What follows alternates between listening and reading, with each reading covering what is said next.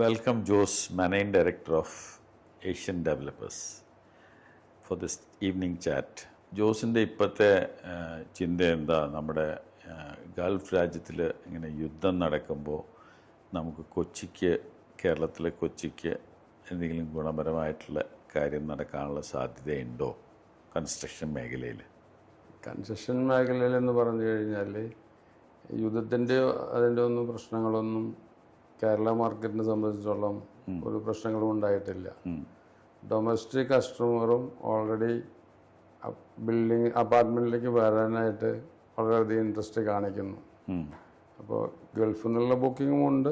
അവരിപ്പോൾ കുറേ പേര് ഇവിടെ റീസെറ്റിൽ ചെയ്യാനായിട്ട് നോക്കുന്നുണ്ട്. എഡ്യൂക്കേഷൻ്റെ കാര്യത്തിലാണെങ്കിലും ഹോസ്പിറ്റലിൻ്റെ ഫെസിലിറ്റി നോക്കിയിട്ടും. അപ്പോൾ കേരള മാർക്കറ്റ് എപ്പോഴും ഗ്രോ ചെയ്തു പോകുന്നൊരു ഓപ്ഷനാണ് കാണുന്നത്. അതിപ്പോൾ ഗൾഫ് വാറിന് ബന്ധപ്പെട്ടോ വേറെ എവിടെ എന്ത് പ്രശ്നങ്ങളുണ്ടായാലും കേരളത്തിലേക്ക് പീപ്പിൾ ഒരുപാട് ഇഷ്ടപ്പെടുന്ന ആൾക്കാർ ഇഷ്ടം പോലെ പല ഡിസ്ട്രിക്റ്റിൽ നിന്നും വരുന്നുണ്ട്, പല സ്റ്റേറ്റിൽ നിന്നും വരുന്നുണ്ട്. അപ്പോൾ ഈവൻ ബാംഗ്ലൂരിൽ നിന്നും കുറേ ഹിന്ദി പീപ്പിൾ വന്ന് ഇവിടെ പ്രോപ്പർട്ടി വാങ്ങുന്നുണ്ട്, ഫ്ലാറ്റ് വാങ്ങുന്നുണ്ട്. അവർ കേരളം ഇഷ്ടപ്പെട്ടത് കൊണ്ടാണല്ലോ അവർ വാങ്ങുന്നത്. ഈവൻ കേരളത്തെ സംബന്ധിച്ചിടത്തോളം കൊച്ചി എന്ന് പറയുന്നത് ആൾക്കാർക്ക് ഒരു സ്വപ്നമായുള്ള സ്ഥലമാണ്. ഒരു വീടോ ഒരു ഫ്ലാറ്റോ കൊച്ചിയിൽ വേണമെന്നുള്ളത് ഭയങ്കര ആഗ്രഹമാണ്. അപ്പം അതിന് ഉദാഹരണമായിട്ട് കഴിഞ്ഞ ദിവസം കാലിക്കറ്റ് ഒരു പാർട്ടി വന്നു. ഞങ്ങൾക്ക് കൊച്ചി അത്രമാത്രം ഇഷ്ടമാണ്, ഒരു ഫ്ലാറ്റ് വാങ്ങണം എന്ന് വെച്ച് വന്നതാണ്. വാങ്ങിച്ചിട്ട് ഇന്നലെ തന്നെ പേയ്മെൻറ്റ് വന്നിട്ടാണ് പോയത്. ശരി. അപ്പോൾ അത് പറയായിരുന്നു. അപ്പോൾ അവർ പറയാനും ഇവിടെ എക്സിബിഷൻ കാണാനായിട്ട് വന്നതാണ് അവർ. അപ്പോൾ അത് കണ്ടു കഴിഞ്ഞപ്പോൾ അവർക്ക് ഇവിടുത്തെ ഫാഷനും ഇവിടുത്തെ പീപ്പിളുടെ ലിവിങ് സ്റ്റൈലും ഡ്രസ്സിങ്ങും പീപ്പിളായിട്ടുള്ള അട്രാക്ഷൻസും സംസാരിക്കുന്ന രീതികളും ഭാഷയുടെ രീതികളും എല്ലാം ഒരു കോമൺ ആയിട്ടുള്ള ലാംഗ്വേജ് ഉള്ളതുകൊണ്ട് കൊച്ചി എന്ന് പറഞ്ഞ സ്ഥലം അവർ പറഞ്ഞ വളരെ പിള്ളേർക്കെല്ലാം വളരെ ഇഷ്ടമാണ്. അതുകൊണ്ട് ഞങ്ങൾ കാലിക്കറ്റിൽ നിന്ന് കൊച്ചിയിലേക്ക് താമസം മാറ്റും. ഞാൻ ഈ അടുത്തിടെ കേട്ടത് ദുബായ് ബേസ്ഡ് ആയിട്ടുള്ള ഇപ്പോൾ ഇവിടെ കേരളത്തിൽ നിന്ന് പല വില്ലേഴ്സും പോയി ദുബായിൽ കൺസ്ട്രക്ഷൻ തുടങ്ങിയിട്ടുണ്ടല്ലോ. അവരൊക്കെ പറയുന്നത് അവിടെ ഒരു അല്പം മാർക്കറ്റ് ഇച്ചിരി ഡള്ളാണ്. ആൾക്കാർ രണ്ട് രീതിയിൽ ചിന്തിച്ചു തുടങ്ങി. അവിടെ ഈ ഇടയായിട്ട് ആൾക്കാർ പാരൻസിന് വേണ്ടിയിട്ട് ഇവിടെ വീട് വയ്ക്കുന്നത് മാറിയിട്ട് പാരൻസിനെ അങ്ങോട്ട് കൊണ്ടുപോയി അവിടെ ഗോൾഡൻ വിസയൊക്കെ എടുത്ത് താമസിക്കുന്ന ഒരു ട്രെൻഡ് വന്നായിരുന്നു. ഇപ്പം ഈ വാറ് 2-3 മാസം മുമ്പ് ഡെവലപ്പ് ചെയ്ത് തുടങ്ങിയ പിന്നെ മുതൽ അവർക്കൊരു ചിന്ത തിരിച്ച് ഇങ്ങോട്ട് തന്നെ വന്നാലോ എന്നൊരു ചിന്ത വന്നിട്ടുണ്ട്. അപ്പോൾ അതുകൊണ്ട് നമ്മുടെ മാർക്കറ്റിന് അല്പം ഗുണം ചെയ്യുന്ന ഒരു സിറ്റുവേഷനാണ് ഇപ്പോൾ കാണുന്നത്. മറ്റ് ബിൽഡേഴ്സിനെല്ലാം അവിടെ ഇൻവെസ്റ്റ് ചെയ്യുന്നതിന് പകരം നമ്മുടെ മലയാളികൾ ഓഫ് കോഴ്സ് ഇവിടെ ഇൻവെസ്റ്റ് ചെയ്താൽ എന്താണെന്നുള്ളൊരു ചിന്ത വന്നു തുടങ്ങിയിട്ടുണ്ട്. ഇപ്പോൾ ജൂൺ ജൂലൈയിലാണല്ലോ സാധാരണ ഹോളിഡേയ്സ് അവിടെ തുടങ്ങുന്നത്, ഗൾഫ് ഹോളിഡേയ്സ്. അപ്പോൾ നല്ലൊരു ബൂം ഇവിടെ വരാനുള്ള സാധ്യതയുണ്ടെന്ന് പറയുന്നു. എന്താ ജോസിൻ്റെ അഭിപ്രായം? സാധ്യത വളരെയധികം കൂടുതലുണ്ട്. ഇപ്പോൾ പറഞ്ഞില്ലേ, നമ്മുടെ ഇവിടുത്തെ എഡ്യൂക്കേഷൻ്റെ ലെവല് ഭയങ്കര സ്ട്രോങ് ആണ്. അതനുസരിച്ച് ഇപ്പോൾ 9th 10th വരുമ്പോഴേക്കും സ്റ്റുഡൻസിൻ്റെ എല്ലാം ഇവിടെ കൊടുന്ന് ചേർക്കുകയാണ് ചെയ്യുന്നത്. അപ്പോൾ അതനുസരിച്ചുള്ള കോളേജസും സ്കൂൾസും നമുക്ക് ക്വാളിറ്റിയുള്ള ഇഷ്ടം പോലെ സ്കൂൾസ് ഈവൻ കാക്കനാട് എറണാകുളം സിറ്റിക്കകത്തുണ്ട്. അപ്പോൾ ഇവർ ഫാമിലിയായിട്ട് റീസെറ്റിൽ ചെയ്യാൻ ഉദ്ദേശിക്കുകയാണ് എല്ലാവരും ചെയ്യുന്നത്. നെക്സ്റ്റ് ഇപ്പോൾ എഡ്യൂക്കേഷൻ ലെവലിൽ ഇപ്പം മിഡിൽ ഈസ്റ്റിൽ നിന്ന് പുറത്തോട്ട് കൊണ്ടുപോകണോ, അവിടെ ഇപ്പോൾ CBSE എക്സാം നടത്താൻ പറ്റിയിട്ടില്ല കഴിഞ്ഞ വർഷം ഇത് വന്നതുകൊണ്ട്. അപ്പോൾ കഴിഞ്ഞ വർഷം വന്ന കുറേ ആൾക്കാർ ഈ ഒരു 3 മാസം മുന്നേ തന്നെ അപ്പാർട്ട്മെൻറ്റ് വാങ്ങിയിട്ട് ഉള്ള എൻട്രൻസ് കോച്ചിന് ചേർക്കുന്നു. ഈവൻ ഈ നമ്മുടെ ഇവിടെ ഒരു എളമക്കരയിലൊരു സ്കൂൾ എൻട്രൻസ് കോച്ചിങ് നടത്തുന്ന ഒരു സ്കൂളുണ്ട്, സരസ്വതി. എനിക്ക് പോലും അറിയാൻ വയ്യ. ഖത്തറിൽ നിന്ന് വന്നൊരു ഫാമിലി ചോദിക്കുകയാണ്, ഞങ്ങളവിടെ പിള്ളേരെ ചേർക്കാനാണ് 9th. ഞങ്ങൾക്കൊരു ഫ്ലാറ്റ് വാങ്ങിക്കണം. അപ്പോൾ അതുകൊണ്ട് ഞങ്ങൾ അതിൻ്റെ അടുത്ത് ചങ്ങമ്പുഴ പാർക്കിൻ്റെ അവിടെ പ്രോപ്പർട്ടി ഉണ്ടോ, അപ്പോൾ അവിടെ ഉണ്ടെങ്കിൽ മേടിച്ച് കഴിഞ്ഞാൽ ഫാമിലി ഇവിടെ ആക്കിയിട്ട് പോകാം. കൊച്ചുങ്ങൾക്ക് എൻട്രൻസ് കോച്ചിങ് എഡ്യൂക്കേഷനും ഓട്ടോമാറ്റിക് നടന്നു പോയി പോകും. അങ്ങനെ പലരും പല പല റീസണായിട്ടാണ് ഇവിടെ എറണാകുളത്ത് ഫ്ലൈറ്റ് അന്വേഷിച്ച് വരുന്നത്. അപ്പോൾ ഗൾഫിൽ നിന്നുള്ള ഒരു 90% ആൾക്കാർക്കും കൊച്ചിയിൽ വന്നിട്ട് താമസിക്കുന്ന ആഗ്രഹമുള്ളവരാണ്. ഇപ്പം പാരൻസ് ആയാലും ഫാമിലി ആണെങ്കിലും കുട്ടികൾക്കാണെങ്കിലും പല രീതിയിലുള്ള ആക്ടിവിറ്റീസ് എല്ലാം ചെയ്യാൻ പറ്റുന്ന ഒരു സ്ഥലമാണ് ഇവിടെ. പിന്നെ അവരവിടെ ഫ്ലാറ്റിലാണ് താമസിച്ചുകൊണ്ടിരിക്കുന്ന അധികം പേരും. അപ്പോൾ ഇവിടെയും ഫ്ലാറ്റ് അവർക്ക് ഭയങ്കര ഇഷ്ടമാണ്. അവിടെ എനിക്ക് തോന്നുന്നു 90% ആൾക്കാരും ഫ്ലാറ്റിലാണ് താമസിക്കുന്നത്. ഇപ്പം മിഡിൽ ഈസ്റ്റിൽ ഏത് കൺട്രി പോയി കഴിഞ്ഞാലും അങ്ങനെയാണ്. അപ്പോൾ ഇവർക്കും ഫ്ലാറ്റ് ഭയങ്കര ഇഷ്ടപ്പെടുന്ന ഒരു ആൾക്കാരായതുകൊണ്ട് നമുക്കൊരു ഇൻവെസ്റ്റേഴ്സ് ഒത്തിരി പേര് വന്നിട്ട് ഒരു 3 മാസത്തേക്ക് ഭയങ്കര എൻക്വയറി ക്രിയേറ്റ് ചെയ്തിട്ടുണ്ട്. അതുകൊണ്ട് ഗൾഫിലുള്ള ആൾക്കാർക്ക് എല്ലാവർക്കും ഒരു ഓൺ കേരളത്തിനായി ബന്ധപ്പെട്ടിട്ട് ഒരു അപ്പാർട്ട്മെൻറ്റോ വീടോ വയ്ക്കണം എന്നുള്ള എല്ലാവർക്കും നല്ല ആഗ്രഹമുള്ളവരാണ്. അതുകൊണ്ട് മാർക്കറ്റ് ഭയങ്കരമായിട്ട് ഗ്രോ ചെയ്യുന്നു. നല്ല പ്രോപ്പർട്ടികൾക്ക് ഇപ്പോഴും നല്ല ഡിമാൻഡുണ്ട്. നമ്മുടെ ഇവിടെ നല്ല റെൻറ്റും കിട്ടുന്നുണ്ട്. പഴയ കാലത്തെ ഹൗസിന് റെൻറ്റ് വളരെ കുറവായിരുന്ന ആൾക്കാർ പറയും. ഇപ്പോൾ 1 ബെഡ്റൂം പോലും 35,000 വൈറ്റിലെ പോലും കൊടുത്തിരിക്കുന്നത്. അപ്പോൾ അത്രയും അപ്രീഷിയേഷൻ കയറി വരുന്നുണ്ട്. റെന്റൽ റിട്ടേൺസ് കൂടുതൽ വരുന്നുണ്ട്. ആൾക്കാർക്ക് അപ്പോൾ നേരത്തെ റെന്റൽ റിട്ടേൺസ് കുറവാന്നുള്ള കാര്യത്തിലാണ് ആൾക്കാർ കുറച്ച് ഡൗട്ട്. ഇൻവെസ്റ്റ് ചെയ്യാൻ മടിയ അപ്പാർട്ട്മെന്റിൽ 2%, 3%. അപ്പോൾ അതിനേക്കാളും പോകുന്നില്ല. ഇപ്പോൾ 50 lakhs ഒരു ഇൻവെസ്റ്റ്മെന്റ് നടത്തിയ ആൾക്കാർക്ക് 35,000 റെന്റ് കിട്ടുന്നുണ്ട്. ബാങ്കിന്റെ ആ ഒരു റേറ്റ് വെച്ച് നോക്കുമ്പോൾ ഹൗസിംഗ് ലോൺ 7% കിട്ടുന്നുണ്ട്. അപ്പൊ അടയ്ക്കാനുള്ള ഏതാണ്ട് കാശ് കിട്ടും.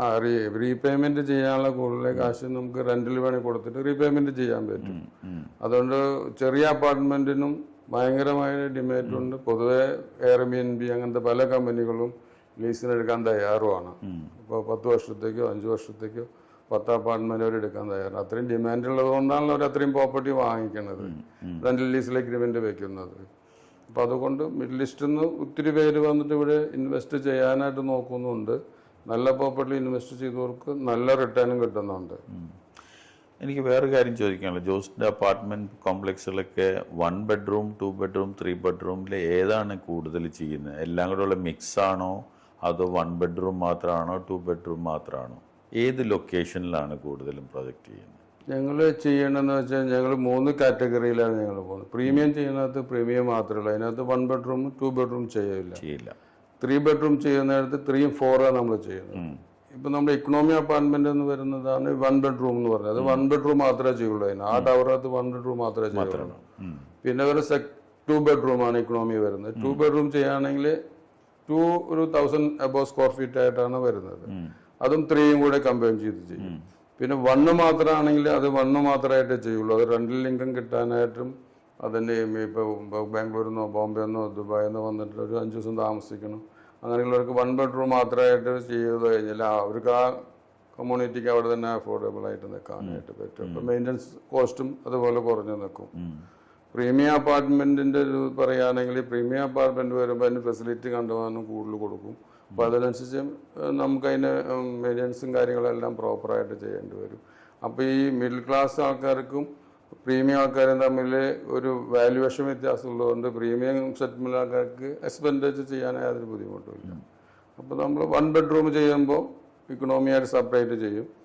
സാധാരണ 2 ബെഡ്റൂം ഇക്കണോമിയായിട്ട് ചെയ്യുന്ന ഇക്കണോമിയായിട്ട് ചെയ്യും. 3 4 പ്രീമിയം ആയിട്ട് തന്നെ ചെയ്തിട്ട് പോകും. അമ്യൂണിറ്റീസ് ഒക്കെ കുറവായിരിക്കും. അമ്യൂണിറ്റീസ് കുറവെന്നല്ല, അമ്യൂണിറ്റീസ് ഉണ്ടാവും. ആ ടൈപ്പിലുള്ള പീപ്പിളിനെ അഫോർഡ് ചെയ്യാൻ അതേ പറ്റുള്ളൂ. അമ്യൂണിറ്റീസ് പൂളും ജിമ്മൊക്കെ അതിനകത്തും കൊടുക്കുന്നുണ്ട് നമ്മൾ.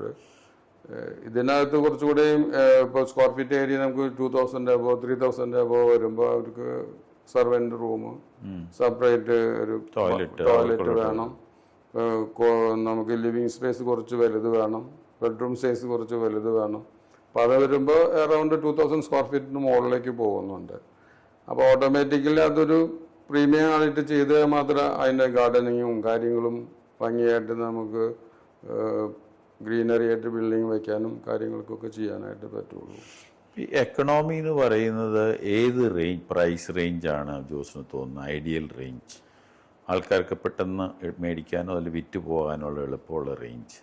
ഒരു 1 ബെഡ്റൂം അല്ലെങ്കിൽ 2 ബെഡ്റൂം ഒരു എക്കണോമി എന്ന് പറഞ്ഞാൽ സാധാരണക്കാരന് അഫോർഡബിൾ ആയിട്ടുള്ള റേഞ്ച് എന്താണ്? ഇത് പറഞ്ഞ 1 ബെഡ്റൂം എന്ന് പറഞ്ഞാൽ ഹെവി ഡിമാൻഡുള്ള ഒരു സെഗ്മെന്റാണ്. അത് ചെയ്യണമെങ്കിൽ അതിൻ്റെ പാർക്കിംഗ് സ്ലോട്ട് കൊടുക്കാനാണ് കുറച്ച് ബുദ്ധിമുട്ട് വരുന്നത്. അപ്പോൾ 1 ബെഡ്റൂമിന് നമുക്ക് എൻക്വയറി ഭയങ്കര കൂടുതലാണ്. അപ്പോൾ നമ്മളിപ്പോൾ വേറെ സ്റ്റേറ്റിൽ ചെയ്യുന്ന പോലെ നമ്മുടെ ഇവിടെ വലിയ വീട്ടിൽ താമസിച്ചവർ ഒരു 2 ബെഡ്റൂം ഒരു 1,000 സ്ക്വയർ ഫീറ്റ് എന്ന് പറയുമ്പോൾ ആൾക്കാർക്ക് ചെറിയൊരു ബുദ്ധിമുട്ടുണ്ടാവും.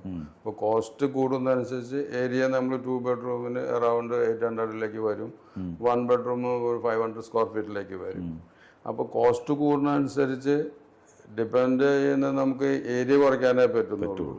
കൺസ്ട്രക്ഷൻ കോസ്റ്റ് ഒരിക്കലും കുറയ്ക്കാൻ പറ്റുന്നില്ല, ലാൻഡിൻ്റെ കോസ്റ്റ് ഒരിക്കലും കുറയ്ക്കാൻ പറ്റുന്നില്ല.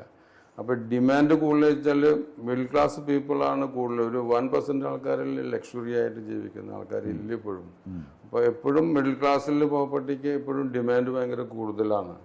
അപ്പം അത് ചെയ്തെടുക്കാനായിട്ട് കുറച്ച് ബുദ്ധിമുട്ടുണ്ട്, ആ കോസ്റ്റിൽ നമുക്ക് എത്തിക്കാനുമായിട്ട്. ഇപ്പോൾ പ്രോപ്പർട്ടിയുടെ റേറ്റ് ഭയങ്കരമായിട്ട് ഇൻക്രീസ് ചെയ്ത് നിൽക്കുന്ന സമയത്ത് നമുക്ക് അതിലേക്ക് ഡിമാൻഡ് കൂടുതൽ ക്രിയേറ്റ് ചെയ്യുന്നുണ്ട്, റെന്റൽ ഇൻകം കിട്ടുന്നുണ്ട്. അപ്പോൾ നമുക്ക് ചെറിയ പ്രോപ്പർട്ടി ആയാലും ഒരു ആൾക്കൊരു വീട് എന്ന് പറഞ്ഞ സ്വപ്നമാണല്ലോ. അതിപ്പോൾ അവരുടെ ബഡ്ജറ്റിന് വേണ്ടി ഉണ്ടാക്കി കൊടുത്തു കഴിഞ്ഞാൽ അവർ ഹാപ്പി ആയിട്ടിരിക്കും. എല്ലാവർക്കും ഒരുപോലെ 1 crore 75 lakhs മുടക്കാൻ പറ്റില്ല. 50 lakhs ഉള്ളവർക്കും ഒരു വീട് വാങ്ങിക്കണല്ലോ സിറ്റിക്കകത്ത്. അവർ സിറ്റി വിട്ട് പോകാൻ തയ്യാറുമല്ല. എത്ര കാലം അവർ റെന്റിന് താമസിക്കും? അപ്പൊ റെന്റൽ ഇൻകം കൊടുത്ത് നമ്മൾ ആ റെന്റൽ ഇൻകത്തിന് EMI അടയ്ക്കാവുന്ന രീതിയിലുള്ള സ്കീം ഉണ്ടാക്കി കൊടുക്കുകയാണെങ്കിൽ പബ്ലിക് കണ്ടവാനകത്ത് ഇൻവെസ്റ്റ് ചെയ്യും. ഇപ്പോൾ ഒരു 30,000 റെന്റ് കിട്ടുന്ന ആൾക്ക് 35,000 അറൗണ്ട് EMI അടച്ചു പോകാൻ പറ്റുവാണെങ്കിൽ അവർ റെന്റിൽ സ്റ്റോപ്പ് ചെയ്തിട്ട് ഓൺ ഫ്ലാറ്റിലേക്ക് മാറാമല്ലോ. സ്വിച്ച് ഓഫ് ചെയ്യാൻ പറ്റുമോ? അത് അങ്ങനെ അഫോർഡബിൾ ഹൗസിംഗ് ജോസ് ചെയ്യുന്നുണ്ടോ? ഞങ്ങൾ ചെയ്യാനുള്ളൊരു പ്ലാനും ഉണ്ട്. അതിൻ്റെ പേപ്പർ വർക്കുകളെല്ലാം ചെയ്തുകൊണ്ടിരിക്കും. അതിന് കുറച്ച് ഇൻട്രസ്റ്റ് കുറവുണ്ടെന്ന് എനിക്ക് തോന്നുന്നു. ഗവൺമെന്റിന്റെ എന്തോ ഒരു സബ്സിഡി ഇൻട്രസ്റ്റ് അല്ല, അതിന് നമുക്ക് GST 1% വരും. 45 lakhs വരെ വരുന്നതിന് GST 1% മതി. 45 lakhsന്റെ മുകളിലേക്ക് വരുന്നതിന് GST 5% വരും.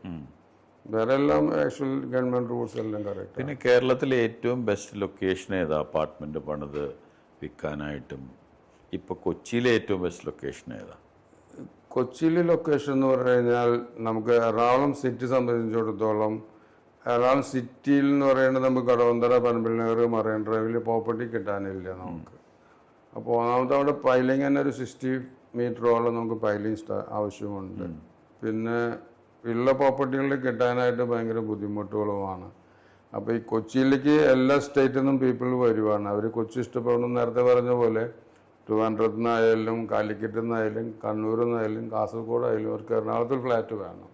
അപ്പം നെക്സ്റ്റ് ഇനി ഡെവലപ്പ് ചെയ്യാനായിട്ട് ഏരിയ കിടക്കുന്നത് കാക്കനാട് മാത്രമേ ഉള്ളൂ. ബാക്കിയുള്ള ഏരിയയിൽ പ്രോപ്പർട്ടി കിട്ടാനില്ല. നമ്മൾ അന്വേഷിച്ച് നോക്കിക്കഴിഞ്ഞാൽ ഒരു 75 സെന്റുകളും ഉണ്ടെങ്കിൽ മാത്രമേ നമുക്കൊരു നല്ലൊരു അപ്പാർട്ട്മെന്റ് എടുക്കാനായിട്ട് പറ്റുള്ളൂ. STP പ്ലാന്റും എല്ലാം കൂടെ കയറ്റി ആ ഏരിയ ഉണ്ടെങ്കിലാണ് അത്രയും ഭംഗിയായിട്ട് ചെയ്യാൻ പറ്റുള്ളൂ. അപ്പം അത് പീപ്പിൾ എല്ലാവരും ഇഷ്ടപ്പെടുന്നത് കൊച്ചിയിലെ സറൗണ്ടിങ് ഒരു 5 കിലോമീറ്ററിന്റെ ഉള്ളിൽ പ്രോപ്പർട്ടി കിട്ടൂ എന്നുള്ളതാണ് നോക്കുന്നത്. ഇപ്പൊ കൊച്ചി എന്ന് പറഞ്ഞാൽ കാക്കനാടും കടവന്തറയും പനമ്പള്ളി നഗറും എടപ്പള്ളി എല്ലാം ഭയങ്കര ഹോട്ടായിട്ടുള്ള പ്ലേസ് ആണ്. അവിടെ പ്രോപ്പർട്ടി ഉണ്ടെങ്കിൽ നെക്സ്റ്റ് തന്നെ ആൾക്കാർ മേടിക്കാൻ തയ്യാറായിട്ട് നിൽക്കുന്ന ഒരു ഏരിയ ആണ്. ഇപ്പൊ കാക്കനാട് സംബന്ധിച്ചോളം അവിടെ ഒരുപാട് ഫെസിലിറ്റി കൂടുതൽ വന്നു. പീപ്പിൾ ഇഷ്ടംപോലെ ഔട്ട് സൈഡിൽ നിന്ന് താമസിക്കാൻ തുടങ്ങി. IT പീപ്പിൾ മാത്രമല്ല, അവിടെ കംപ്ലീറ്റ് ഫാമിലികളും താമസിക്കാൻ തുടങ്ങി. IT ഫാമിലി പിള്ളേരും നാട്ടിൽ നിന്ന് ഇപ്പോൾ കണ്ണൂരിൽ നിന്നായാലും കാസർഗോഡ് നിന്നായാലും മാവേലിക്കര നിന്നായാലും ഫാമിലിയായിട്ട് എറണാകുളത്ത് സെറ്റിൽ ചെയ്തിട്ട് അവിടെ പിള്ളേർ എഡ്യൂക്കേഷന് വേണ്ടിയിട്ട് എല്ലാ സ്കൂൾസും കാക്കനാട് തന്നെയുണ്ട്. ഇപ്പോൾ നമുക്ക് ഏത് സ്റ്റേജിൽ നൈപുണ്യം മുതൽ ഭാവൻസ് മുതൽ ചിന്മയ മുതൽ ജിം സ്കൂൾ വരെ അവിടെ ഉണ്ട്. സംസ്കാരമുണ്ട്, വിദ്യോദയമുണ്ട്. അപ്പോൾ കാക്കനാട് ഈവൻ രാജഗിരിയുമുണ്ട്. ഒരു ന്യൂ കൊച്ചി മാതിരി ഡെവലപ്പ് ചെയ്ത് കൊച്ചിക്കാൾ വലിയൊരു ഡെവലപ്മെന്റ് സിറ്റിയാണ് കാക്കനാട് വരാൻ പോകുന്നത്. നെക്സ്റ്റ് ലെവലില് അത്രയധികം റോഡ്സ് സൗകര്യങ്ങളും സീപോർട്ട് റോഡിന്റെ കണ്ടിന്യൂഷൻ എയർപോർട്ട് വരെ വരുന്നതുകൊണ്ടും MC റോഡിലേക്കുള്ള അട്രാക്ഷനും പിന്നെ ഒരുപാട് ക്ലബ്സ് വന്നു, ഷോപ്പിംഗ് സെന്റേഴ്സ് ഒരുപാട് വന്നു, ഒരുപാട് റെസ്റ്റോറൻറ്റ്സ് വന്നിട്ടുണ്ട്. അപ്പൊ അതിൻ്റെയൊക്കെ ആയിട്ട് വരുമ്പോൾ ആൾക്കാർക്ക് അവിടെ ലീവ് ചെയ്യാൻ ഭയങ്കരമായിട്ട് ഇഷ്ടമാണ് ആൾക്കാർക്ക്. കുറച്ചും കൂടെയും എനിക്ക് തോന്നുന്നത് എറണാകുളത്തിനേക്കാളും കൂടുതൽ നൈറ്റ് ലൈഫ് ഉള്ളത് കാക്കനാടായിട്ടാണ് എനിക്ക് തോന്നുന്നത്. സാറ്റർഡേ ഈവനിങ്സിലൊക്കെ അവിടെ ചെന്ന് കഴിഞ്ഞിട്ടുണ്ടെങ്കിൽ കൂടുതൽ യങ്സ്റ്റേഴ്സ് എല്ലാം 12 മണി 1 മണി വരെയൊക്കെ മൂവ് ചെയ്യുന്നുണ്ട് കാക്കനാട്, എനിക്ക് തോന്നിയിട്ടുള്ളത്. അല്ല, അതിൻ്റെ കാരണം എന്ന് വെച്ചാൽ അവിടെ പല ഹവേഴ്സിലാണ് വർക്ക് ചെയ്യുന്നത്. ഇപ്പോൾ UK time, Australia time, American time, അപ്പൊ അതെല്ലാം ഡിഫറെന്റ് ആയിട്ടുള്ള ഒരു ടൈം പാറ്റേണിൽ കൂടിയാണ് 24 hours ആക്ടിവിറ്റി ആണ്. പബ്ലിക്കിനും അത് ഇൻട്രസ്റ്റുമാണ്. പബ്ലിക്കിന് അതുകൊണ്ട് എല്ലാ പ്രൊഡക്റ്റ് വാങ്ങാനുള്ള സൗകര്യം അവിടെ കിട്ടുന്നുണ്ട്. ട്രാഫിക് ഇല്ലാണ്ട് യാത്ര ചെയ്യാനായിട്ട് കുറച്ച് എളുപ്പമാണ്. പിന്നെ അവിടെ ഗ്രൗണ്ട് വാട്ടർ ഒരുവിധം 90% ഗ്രൗണ്ട് വാട്ടർ കിട്ടും. കുഴൽക്കിണർ അടിച്ചാലോ കിണർ കുത്തിയാലോ വെള്ളം കിട്ടുന്ന ഏരിയയാണ്. അപ്പോൾ പ്രകൃതി രമണീയമായ സ്ഥലമാണ് ശരിക്കും കാക്കനാട്. പക്ഷേ കുറച്ച് ഹൈറ്റ് കൂടിയ പ്രോപ്പർട്ടിയാണ്. അപ്പം അതനുസരിച്ച് പബ്ലിക്കിന് വേണ്ടിയിട്ട് ആക്ടിവിറ്റി ചെയ്യാനും ഇപ്പോൾ ഈവനിങ് പോയാലും 24 hours അവിടെ സ്റ്റോഴ്സുകളെല്ലാം ഉണ്ട്, മെറ്റീരിയൽ മേടിക്കാനായിട്ട് പറ്റും. അതുപോലെ തന്നെ ഇപ്പോൾ എന്തെങ്കിലും അത്യാവശ്യത്തിന് നമുക്ക് ഇമീഡിയറ്റ് ആയിട്ട് രാത്രി 11 o'clock ഇറങ്ങി കഴിഞ്ഞാലും പ്രൊഡക്റ്റോ ഫുഡോ ഒക്കെ വാങ്ങിക്കാനായിട്ട് പറ്റും. അല്ലെങ്കിൽ ഡെലിവറി ചെയ്യുന്നുണ്ട് അവിടെ. അപ്പം എല്ലാ വേൾഡ് ഫുഡ് ചെയിന് എല്ലാ കൗണ്ടേഴ്സും ഉണ്ട്. ഈവൻ ഡൊമിനോസ്, പിസ്സ ഉണ്ട്, KFC, അങ്ങനെ എല്ലാ ബ്രാൻഡും ഉണ്ട് അവിടെ. അപ്പോൾ അതുകൊണ്ട് ആൾക്കാർക്ക് കാക്കനാടിനെ സംബന്ധിച്ചിടത്തോളം അടുത്തൊരു വലിയൊരു ടൗൺഷിപ്പ് പോലെ വരുന്ന ഒരു ഏരിയ ആണത്. എന്നുവെച്ചാൽ ലാൻഡ് ഏരിയ കൂടുതലുള്ള ഒരു സെഗ്മെന്റ് അവിടെ മാത്രമേ ഉള്ളൂ. ഇപ്പോൾ ഒരു ഫാമിലിയിൽ 3 ഏക്കർ 4 ഏക്കർ 2 ഏക്കറുള്ള പ്രോപ്പർട്ടി കാക്കനാട് മാത്രമേ സിറ്റിക്കകത്തുള്ളൂ. വേറെ എവിടെ പോയാലും 30 സെന്റ് 50 സെന്റ് കൂടുതൽ ലാൻഡ് കിട്ടാനില്ല നമുക്ക്. ഓപ്പൺ സ്പേസ് കൂടുതലാക്കിയിട്ട് ബിൽഡിംഗ് ഹൈറ്റ് കൂട്ടി ചെയ്യാൻ പറ്റും. നമ്മുടെ ഇവിടെ സിറ്റിക്കകത്ത് 12 ഫ്ലോർ ചെയ്യുന്ന അവിടെ 24 ഫ്ലോർ ചെയ്യാൻ പറ്റും. അപ്പൊ അതുകൊണ്ട് ഗ്രൗണ്ട് വാട്ടറും കിട്ടാനുള്ള സൗകര്യമുണ്ട്. അപ്പൊ എക്സ്പെൻഡിച്ചറും കുറവാണ്. ഇപ്പൊ കുഴക്കണടിക്കാൻ ഒരുവിധം 80% സ്ഥലത്തും കാക്കനാട് ഗ്രൗണ്ട് വാട്ടർ കിട്ടുന്നുണ്ട്. പിന്നെ എത്ര മഴ പെയ്താലും വെള്ളം കയറുന്ന ഒരു വിഷയവും ഇല്ല അവിടെ. പ്രോപ്പർട്ടി സീ ലെവലിനേക്കാളും ഭയങ്കര ഹൈറ്റായിട്ട് നിൽക്കുന്ന ഒരു ഏരിയ ആണ്. പിന്നെ ഹോസ്പിറ്റലാണെങ്കിൽ എല്ലാ സൗകര്യങ്ങളും, ഹോസ്പിറ്റലിൽ രാജഗിരി മെഡിക്കൽ കോളേജ് ഉണ്ട്, എവിടേക്ക് പോകാനും സൗകര്യങ്ങൾ അവിടെ നിന്നുണ്ട്. പിന്നെ മെട്രോ കൂടെ ഓൾറെഡി കാക്കനാടേക്ക് വരുന്നുണ്ടല്ലോ. അതനുസരിച്ചുള്ള ഒരുപാട് ആൾക്കാർക്ക് എംപ്ലോയ്മെന്റ് ഒത്തിരി ഉള്ളൊരു ഏരിയ ആണ്. ഈ IT പാർക്കിൽ തന്നെ അറൗണ്ട് ഇത്രയും പീപ്പിൾ വർക്ക് ചെയ്യേണ്ടതെന്ന് വളരെ കുറച്ചു പേർക്ക് മാത്രമേ അറിയുള്ളൂ. ഇപ്പോൾ പുറത്തുനിന്ന് ഹൈദരാബാദിൽ നിന്നും ബാംഗ്ലൂരിൽ നിന്നെല്ലാം മലയാളി എഞ്ചിനീയേഴ്സ് ഇവിടെ വന്ന് ജോയിൻ ചെയ്യാൻ തയ്യാറായിട്ട് നിൽക്കുകയാണ്. അവരുടെ നാട്ടിൽ താമസിച്ചു കഴിഞ്ഞാൽ ഇത്രയും കംഫർട്ടബിളായ കേരളം വിട്ടിട്ട് വേറെ സ്ഥലത്ത് എന്തിനാണ് താമസിക്കുന്നത്? അവിടുത്തെ എല്ലാ ഫെസിലിറ്റിയും ഇവിടെ കിട്ടുന്നുണ്ട്. നേരത്തെ ഫെസിലിറ്റി കുറവായിരുന്നു, ഇപ്പൊ എല്ലാ ഫെസിലിറ്റിയും ഇവിടെ. അവിടെ 3-4 ക്ലബ്ബ് തന്നെ നല്ല ക്ലബ്ബ് വന്നിട്ടുണ്ട്. സബർമൻ ക്ലബ്ബ് ഉണ്ട്, പിന്നെ ഇപ്പുറത്തുള്ളത് വേറെ ഒരു സബർമൻ ക്ലബ്ബ് വേറെ ഉണ്ട്, സെഞ്ചുറി ക്ലബ്ബ് ഉണ്ട്. അപ്പൊ ഇവിടെ എല്ലാം ക്ലബ്ബ് മെമ്പർഷിപ്പും കാര്യങ്ങളും പിന്നെ ആക്ടിവിറ്റിക്കും ഒരുപാട് സ്ഥലങ്ങൾ അവിടെ ഉണ്ട്. അപ്പൊ അതുകൊണ്ട് കാക്കനാട് ശരിക്കും പറയുകയാണെങ്കിൽ നെക്സ്റ്റ് സിറ്റിയിലെ നെക്സ്റ്റ് ടൗൺഷിപ്പ് പോലെ തന്നെ അവിടെ വരുന്നുള്ള കാര്യത്തിൽ ഉറപ്പാവും. അന്ന് അങ്ങോട്ട് ലാൻഡ് ഇഷ്ടംപോലെ ഡെവലപ്പ് ചെയ്യാൻ കിടക്കുവാണല്ലോ. കമ്പലം, പള്ളിക്കര ആ ഭാഗത്തേക്ക് അടുത്ത് ഡെവലപ്മെന്റ് വരും. അത് വന്നു തുടങ്ങിയപ്പോ തന്നെ. ഇപ്പൊ കാക്കനാടേക്കാൾ റേറ്റ് കൂടുതലുണ്ട് പള്ളിക്കരയും ആ ഭാഗത്തേക്ക്, കിഴക്കമ്പലം ഭാഗത്തോട്ട്. ജോസിന്റെ എത്ര പ്രോജക്ട്സ് കാക്കനാട് ഇപ്പൊ സ്റ്റാർട്ട് ചെയ്തിട്ടുണ്ട്? കാക്കനാട് ഇപ്പൊ നമ്മൾ ഒരു പ്രൊജക്റ്റാണ് സ്റ്റാർട്ട് ചെയ്തിട്ടുള്ളത്. ഭാവിയിൽ 2 പ്രൊജക്ട് കൂടെ വരുന്നുണ്ട് അവിടെ. അതെല്ലാം ലക്ഷറി സെഗ്മെന്റ് ആണ്. അല്ല, അതൊരു ഇക്കണോമിക് സെറ്റിൽമെന്റ് ആയിട്ടാണ്. ഇതിപ്പോ ചെയ്തിരിക്കുന്നത് നമ്മൾ എക്സ്ട്രാ ലക്ഷറി സെറ്റിൽമെന്റിലാണ് ചെയ്തിരിക്കുന്നത്. 98 അപ്പാർട്ട്മെന്റിന്റെ അറൗണ്ട് 1 acre പ്രോപ്പർട്ടി ഉണ്ട്. നന്നായിട്ട് വെന്റിലേഷൻ കിട്ടുന്ന രീതിയിൽ നമ്മൾ സൺലൈറ്റും കിട്ടുന്ന രീതിയിലാണ് ചെയ്തിരിക്കുന്നത്. അത് ഏത് സ്റ്റേജ് ഇപ്പൊ പൈലിംഗ് കഴിഞ്ഞ് വർക്ക് സ്റ്റാർട്ട് ചെയ്തിട്ടുണ്ട്. എല്ലാ റൂമിനും ബാൽക്കണി കൊടുത്തിട്ടുണ്ട്. എല്ലാ റൂമിനും നല്ല കാറ്റും വെളിച്ചം കയറാവുന്ന രീതിയിലാണ് നമ്മൾ അതിന്റെ ഡിസൈനിങ്ങനെ ചെയ്തത്. എല്ലാ അപ്പാർട്ട്മെന്റും ഒരെണ്ണം ഈസ്റ്റിലേക്കും ഒരെണ്ണം വെസ്റ്റിലേക്കും ഓപ്പണിംഗ് ആയിട്ടാണ് ചെയ്തിരിക്കുന്നത്. അതിന് ഫുള്ളായിട്ട് നമ്മുടെ ഗ്രീൻ ഗാർഡൻ പോലത്തുള്ള ഗ്രീനറി ആയിട്ടുള്ള ഒരുപാട് അമ്യൂണിറ്റീസ് ആയിട്ട് കൊണ്ടുവന്നിട്ടുണ്ട്. ഈവൻ നമ്മൾ സോളാറും മാക്സിമം കോമൺ ഏരിയ ചെയ്യാവുന്ന green building concept green building ലൈസൻസും എടുത്തിട്ടുണ്ട്. ഓക്കെ. അപ്പൊ അതിന് ഗ്രീൻ ആയിട്ട് നമ്മൾ അതിന്റെ ഫ്രണ്ടിൽ തന്നെ ഒരുപാട് ഗ്രീനറി വരാവുന്ന രീതിയിലുള്ള ഡിസൈനും നമ്മൾ കൊടുത്തിട്ടുണ്ട്. ട്രിവാൻഡ്രത്ത് എന്തെങ്കിലും പ്ലാൻ ഉണ്ടോ? ട്രിവാൻഡ്രം, വിഴിഞ്ഞം പോർട്ടും ഒക്കെ വലിയ ഡെവലപ്മെന്റ് നടക്കുന്ന സ്ഥലമല്ലേ. അങ്ങനെ അവിടെ പോയി എന്തെങ്കിലും പ്രോജക്റ്റ് ചെയ്യാനുള്ള ഐഡിയ ഉണ്ടോ? കൊച്ചി വിട്ടിട്ട് ട്രിവാൻഡ്രത്ത് ഞങ്ങൾക്ക് ഐഡിയ ഉണ്ട്. പ്രോപ്പർട്ടി ഞങ്ങൾ കിഴക്കൂട്ടത്ത് കിടപ്പുണ്ട്. അത് ഡെവലപ്പ് ചെയ്യാനുള്ള ഐഡിയയിൽ നിൽക്കുവാണ്. വിഴിഞ്ഞം ഒരുപാട് ഡെവലപ്മെന്റ് വരുന്ന ഒരു വലിയൊരു പ്രൊജക്റ്റാണ് അത്. അതുകൂടാതെ തന്നെ ടെക്നോ പാർക്കിലും നല്ല എംപ്ലോയ്മെന്റ് ഉള്ളൊരു സെഗ്മെന്റ് ആണ്. ഇപ്പൊ ട്രിവാൻഡ്രം കൊച്ചിയാണ് കുറച്ച് ഇമ്പ്രൂവ്മെന്റ് ആയിട്ട് നിൽക്കുന്നത്. ട്രിവാൻഡ്രത്തിനേക്കാളും കൂടുതൽ ആൾക്കാർ കൊച്ചിയാണ് കൂടുതലും പ്രിഫറൻസ് കൊടുക്കുന്നത്. ട്രിവാൻഡ്രത്ത് ഇപ്പൊ എംപ്ലോയ്മെന്റ് ടെക്നോ പാർക്ക് കിട്ടി കുറച്ച് കഴിയുമ്പോൾ അവർ എറണാകുളത്തേക്കെങ്കിലും ഷിഫ്റ്റ് ചെയ്യാനായിട്ട് നോക്കുന്നുണ്ട്. അതെന്താ അങ്ങനെ? അത് ട്രിവാൻഡ്രത്തിൽ ഒരു ബൈയിങ് കപ്പാസിറ്റി ഉണ്ട്. ഇപ്പൊ ബൈയിങ് കപ്പാസിറ്റി ഉണ്ട്. ഇപ്പൊ കുറച്ച് പേര് അവിടുന്ന് മാറി പോയി ലാൻഡിന്റെ റേറ്റ് ഒക്കെ കൂടിയതുകൊണ്ട് കുറച്ച് പേര് അവിടുന്ന് വിട്ടു അവിടുന്ന് ഔട്ട്സ്കേർട്സിലേക്ക് പോയി തുടങ്ങി. അപ്പൊ ആൾക്കാർക്ക് കുറെ പേർക്കും ട്രിവാൻഡ്രത്തുള്ളവർക്ക് കൊച്ചിയിലോട്ട് ഷിഫ്റ്റ് ചെയ്യുന്ന ആഗ്രഹക്കാർ പലരും ഉണ്ട്. അതിൻ്റെ കാരണം എന്ന് പറഞ്ഞു കഴിഞ്ഞാൽ ഈ ഫാഷൻ ആൾക്കാർക്ക് കുറച്ച് ഭയങ്കരമായിട്ട് ഈ ഇൻസ്റ്റഗ്രാമും ഫേസ്ബുക്ക് വന്നതുകൊണ്ട് ആൾക്കാർക്ക് മാറ്റാൻ വന്നിട്ട് ഇത് കൊച്ചി പോലെ ഫാഷൻ കാണാൻ പറ്റുന്നതും അത്രയും ബ്യൂട്ടി ആയിട്ട് ആൾക്കാർ ഡ്രസ്സ് ചെയ്ത് നടക്കുന്ന ഏരിയ വളരെ കുറവാണ്. ഇപ്പോൾ കേരളത്തെ സംബന്ധിച്ചോളം കൊച്ചി വന്നാൽ മാത്രമാണ് ഫാഷനബിൾ ആയിട്ടുള്ള ഡ്രസ്സിങ്ങും അതിൻ്റെതായിട്ടുള്ള ലൈഫ് സ്റ്റൈലും അതായത് കാണാനുള്ള ആഗ്രഹമുള്ളവരും വേറൊരു ഡിസ്ട്രിക്റ്റിലേക്ക് പോകുമ്പോൾ കൊച്ചിയിൽ നിന്ന് പോയ ഒരാൾക്ക് അവിടുത്തെ ഫാഷനായിട്ട് ആഡ് ഓൺ ചെയ്യേണ്ടി വരും.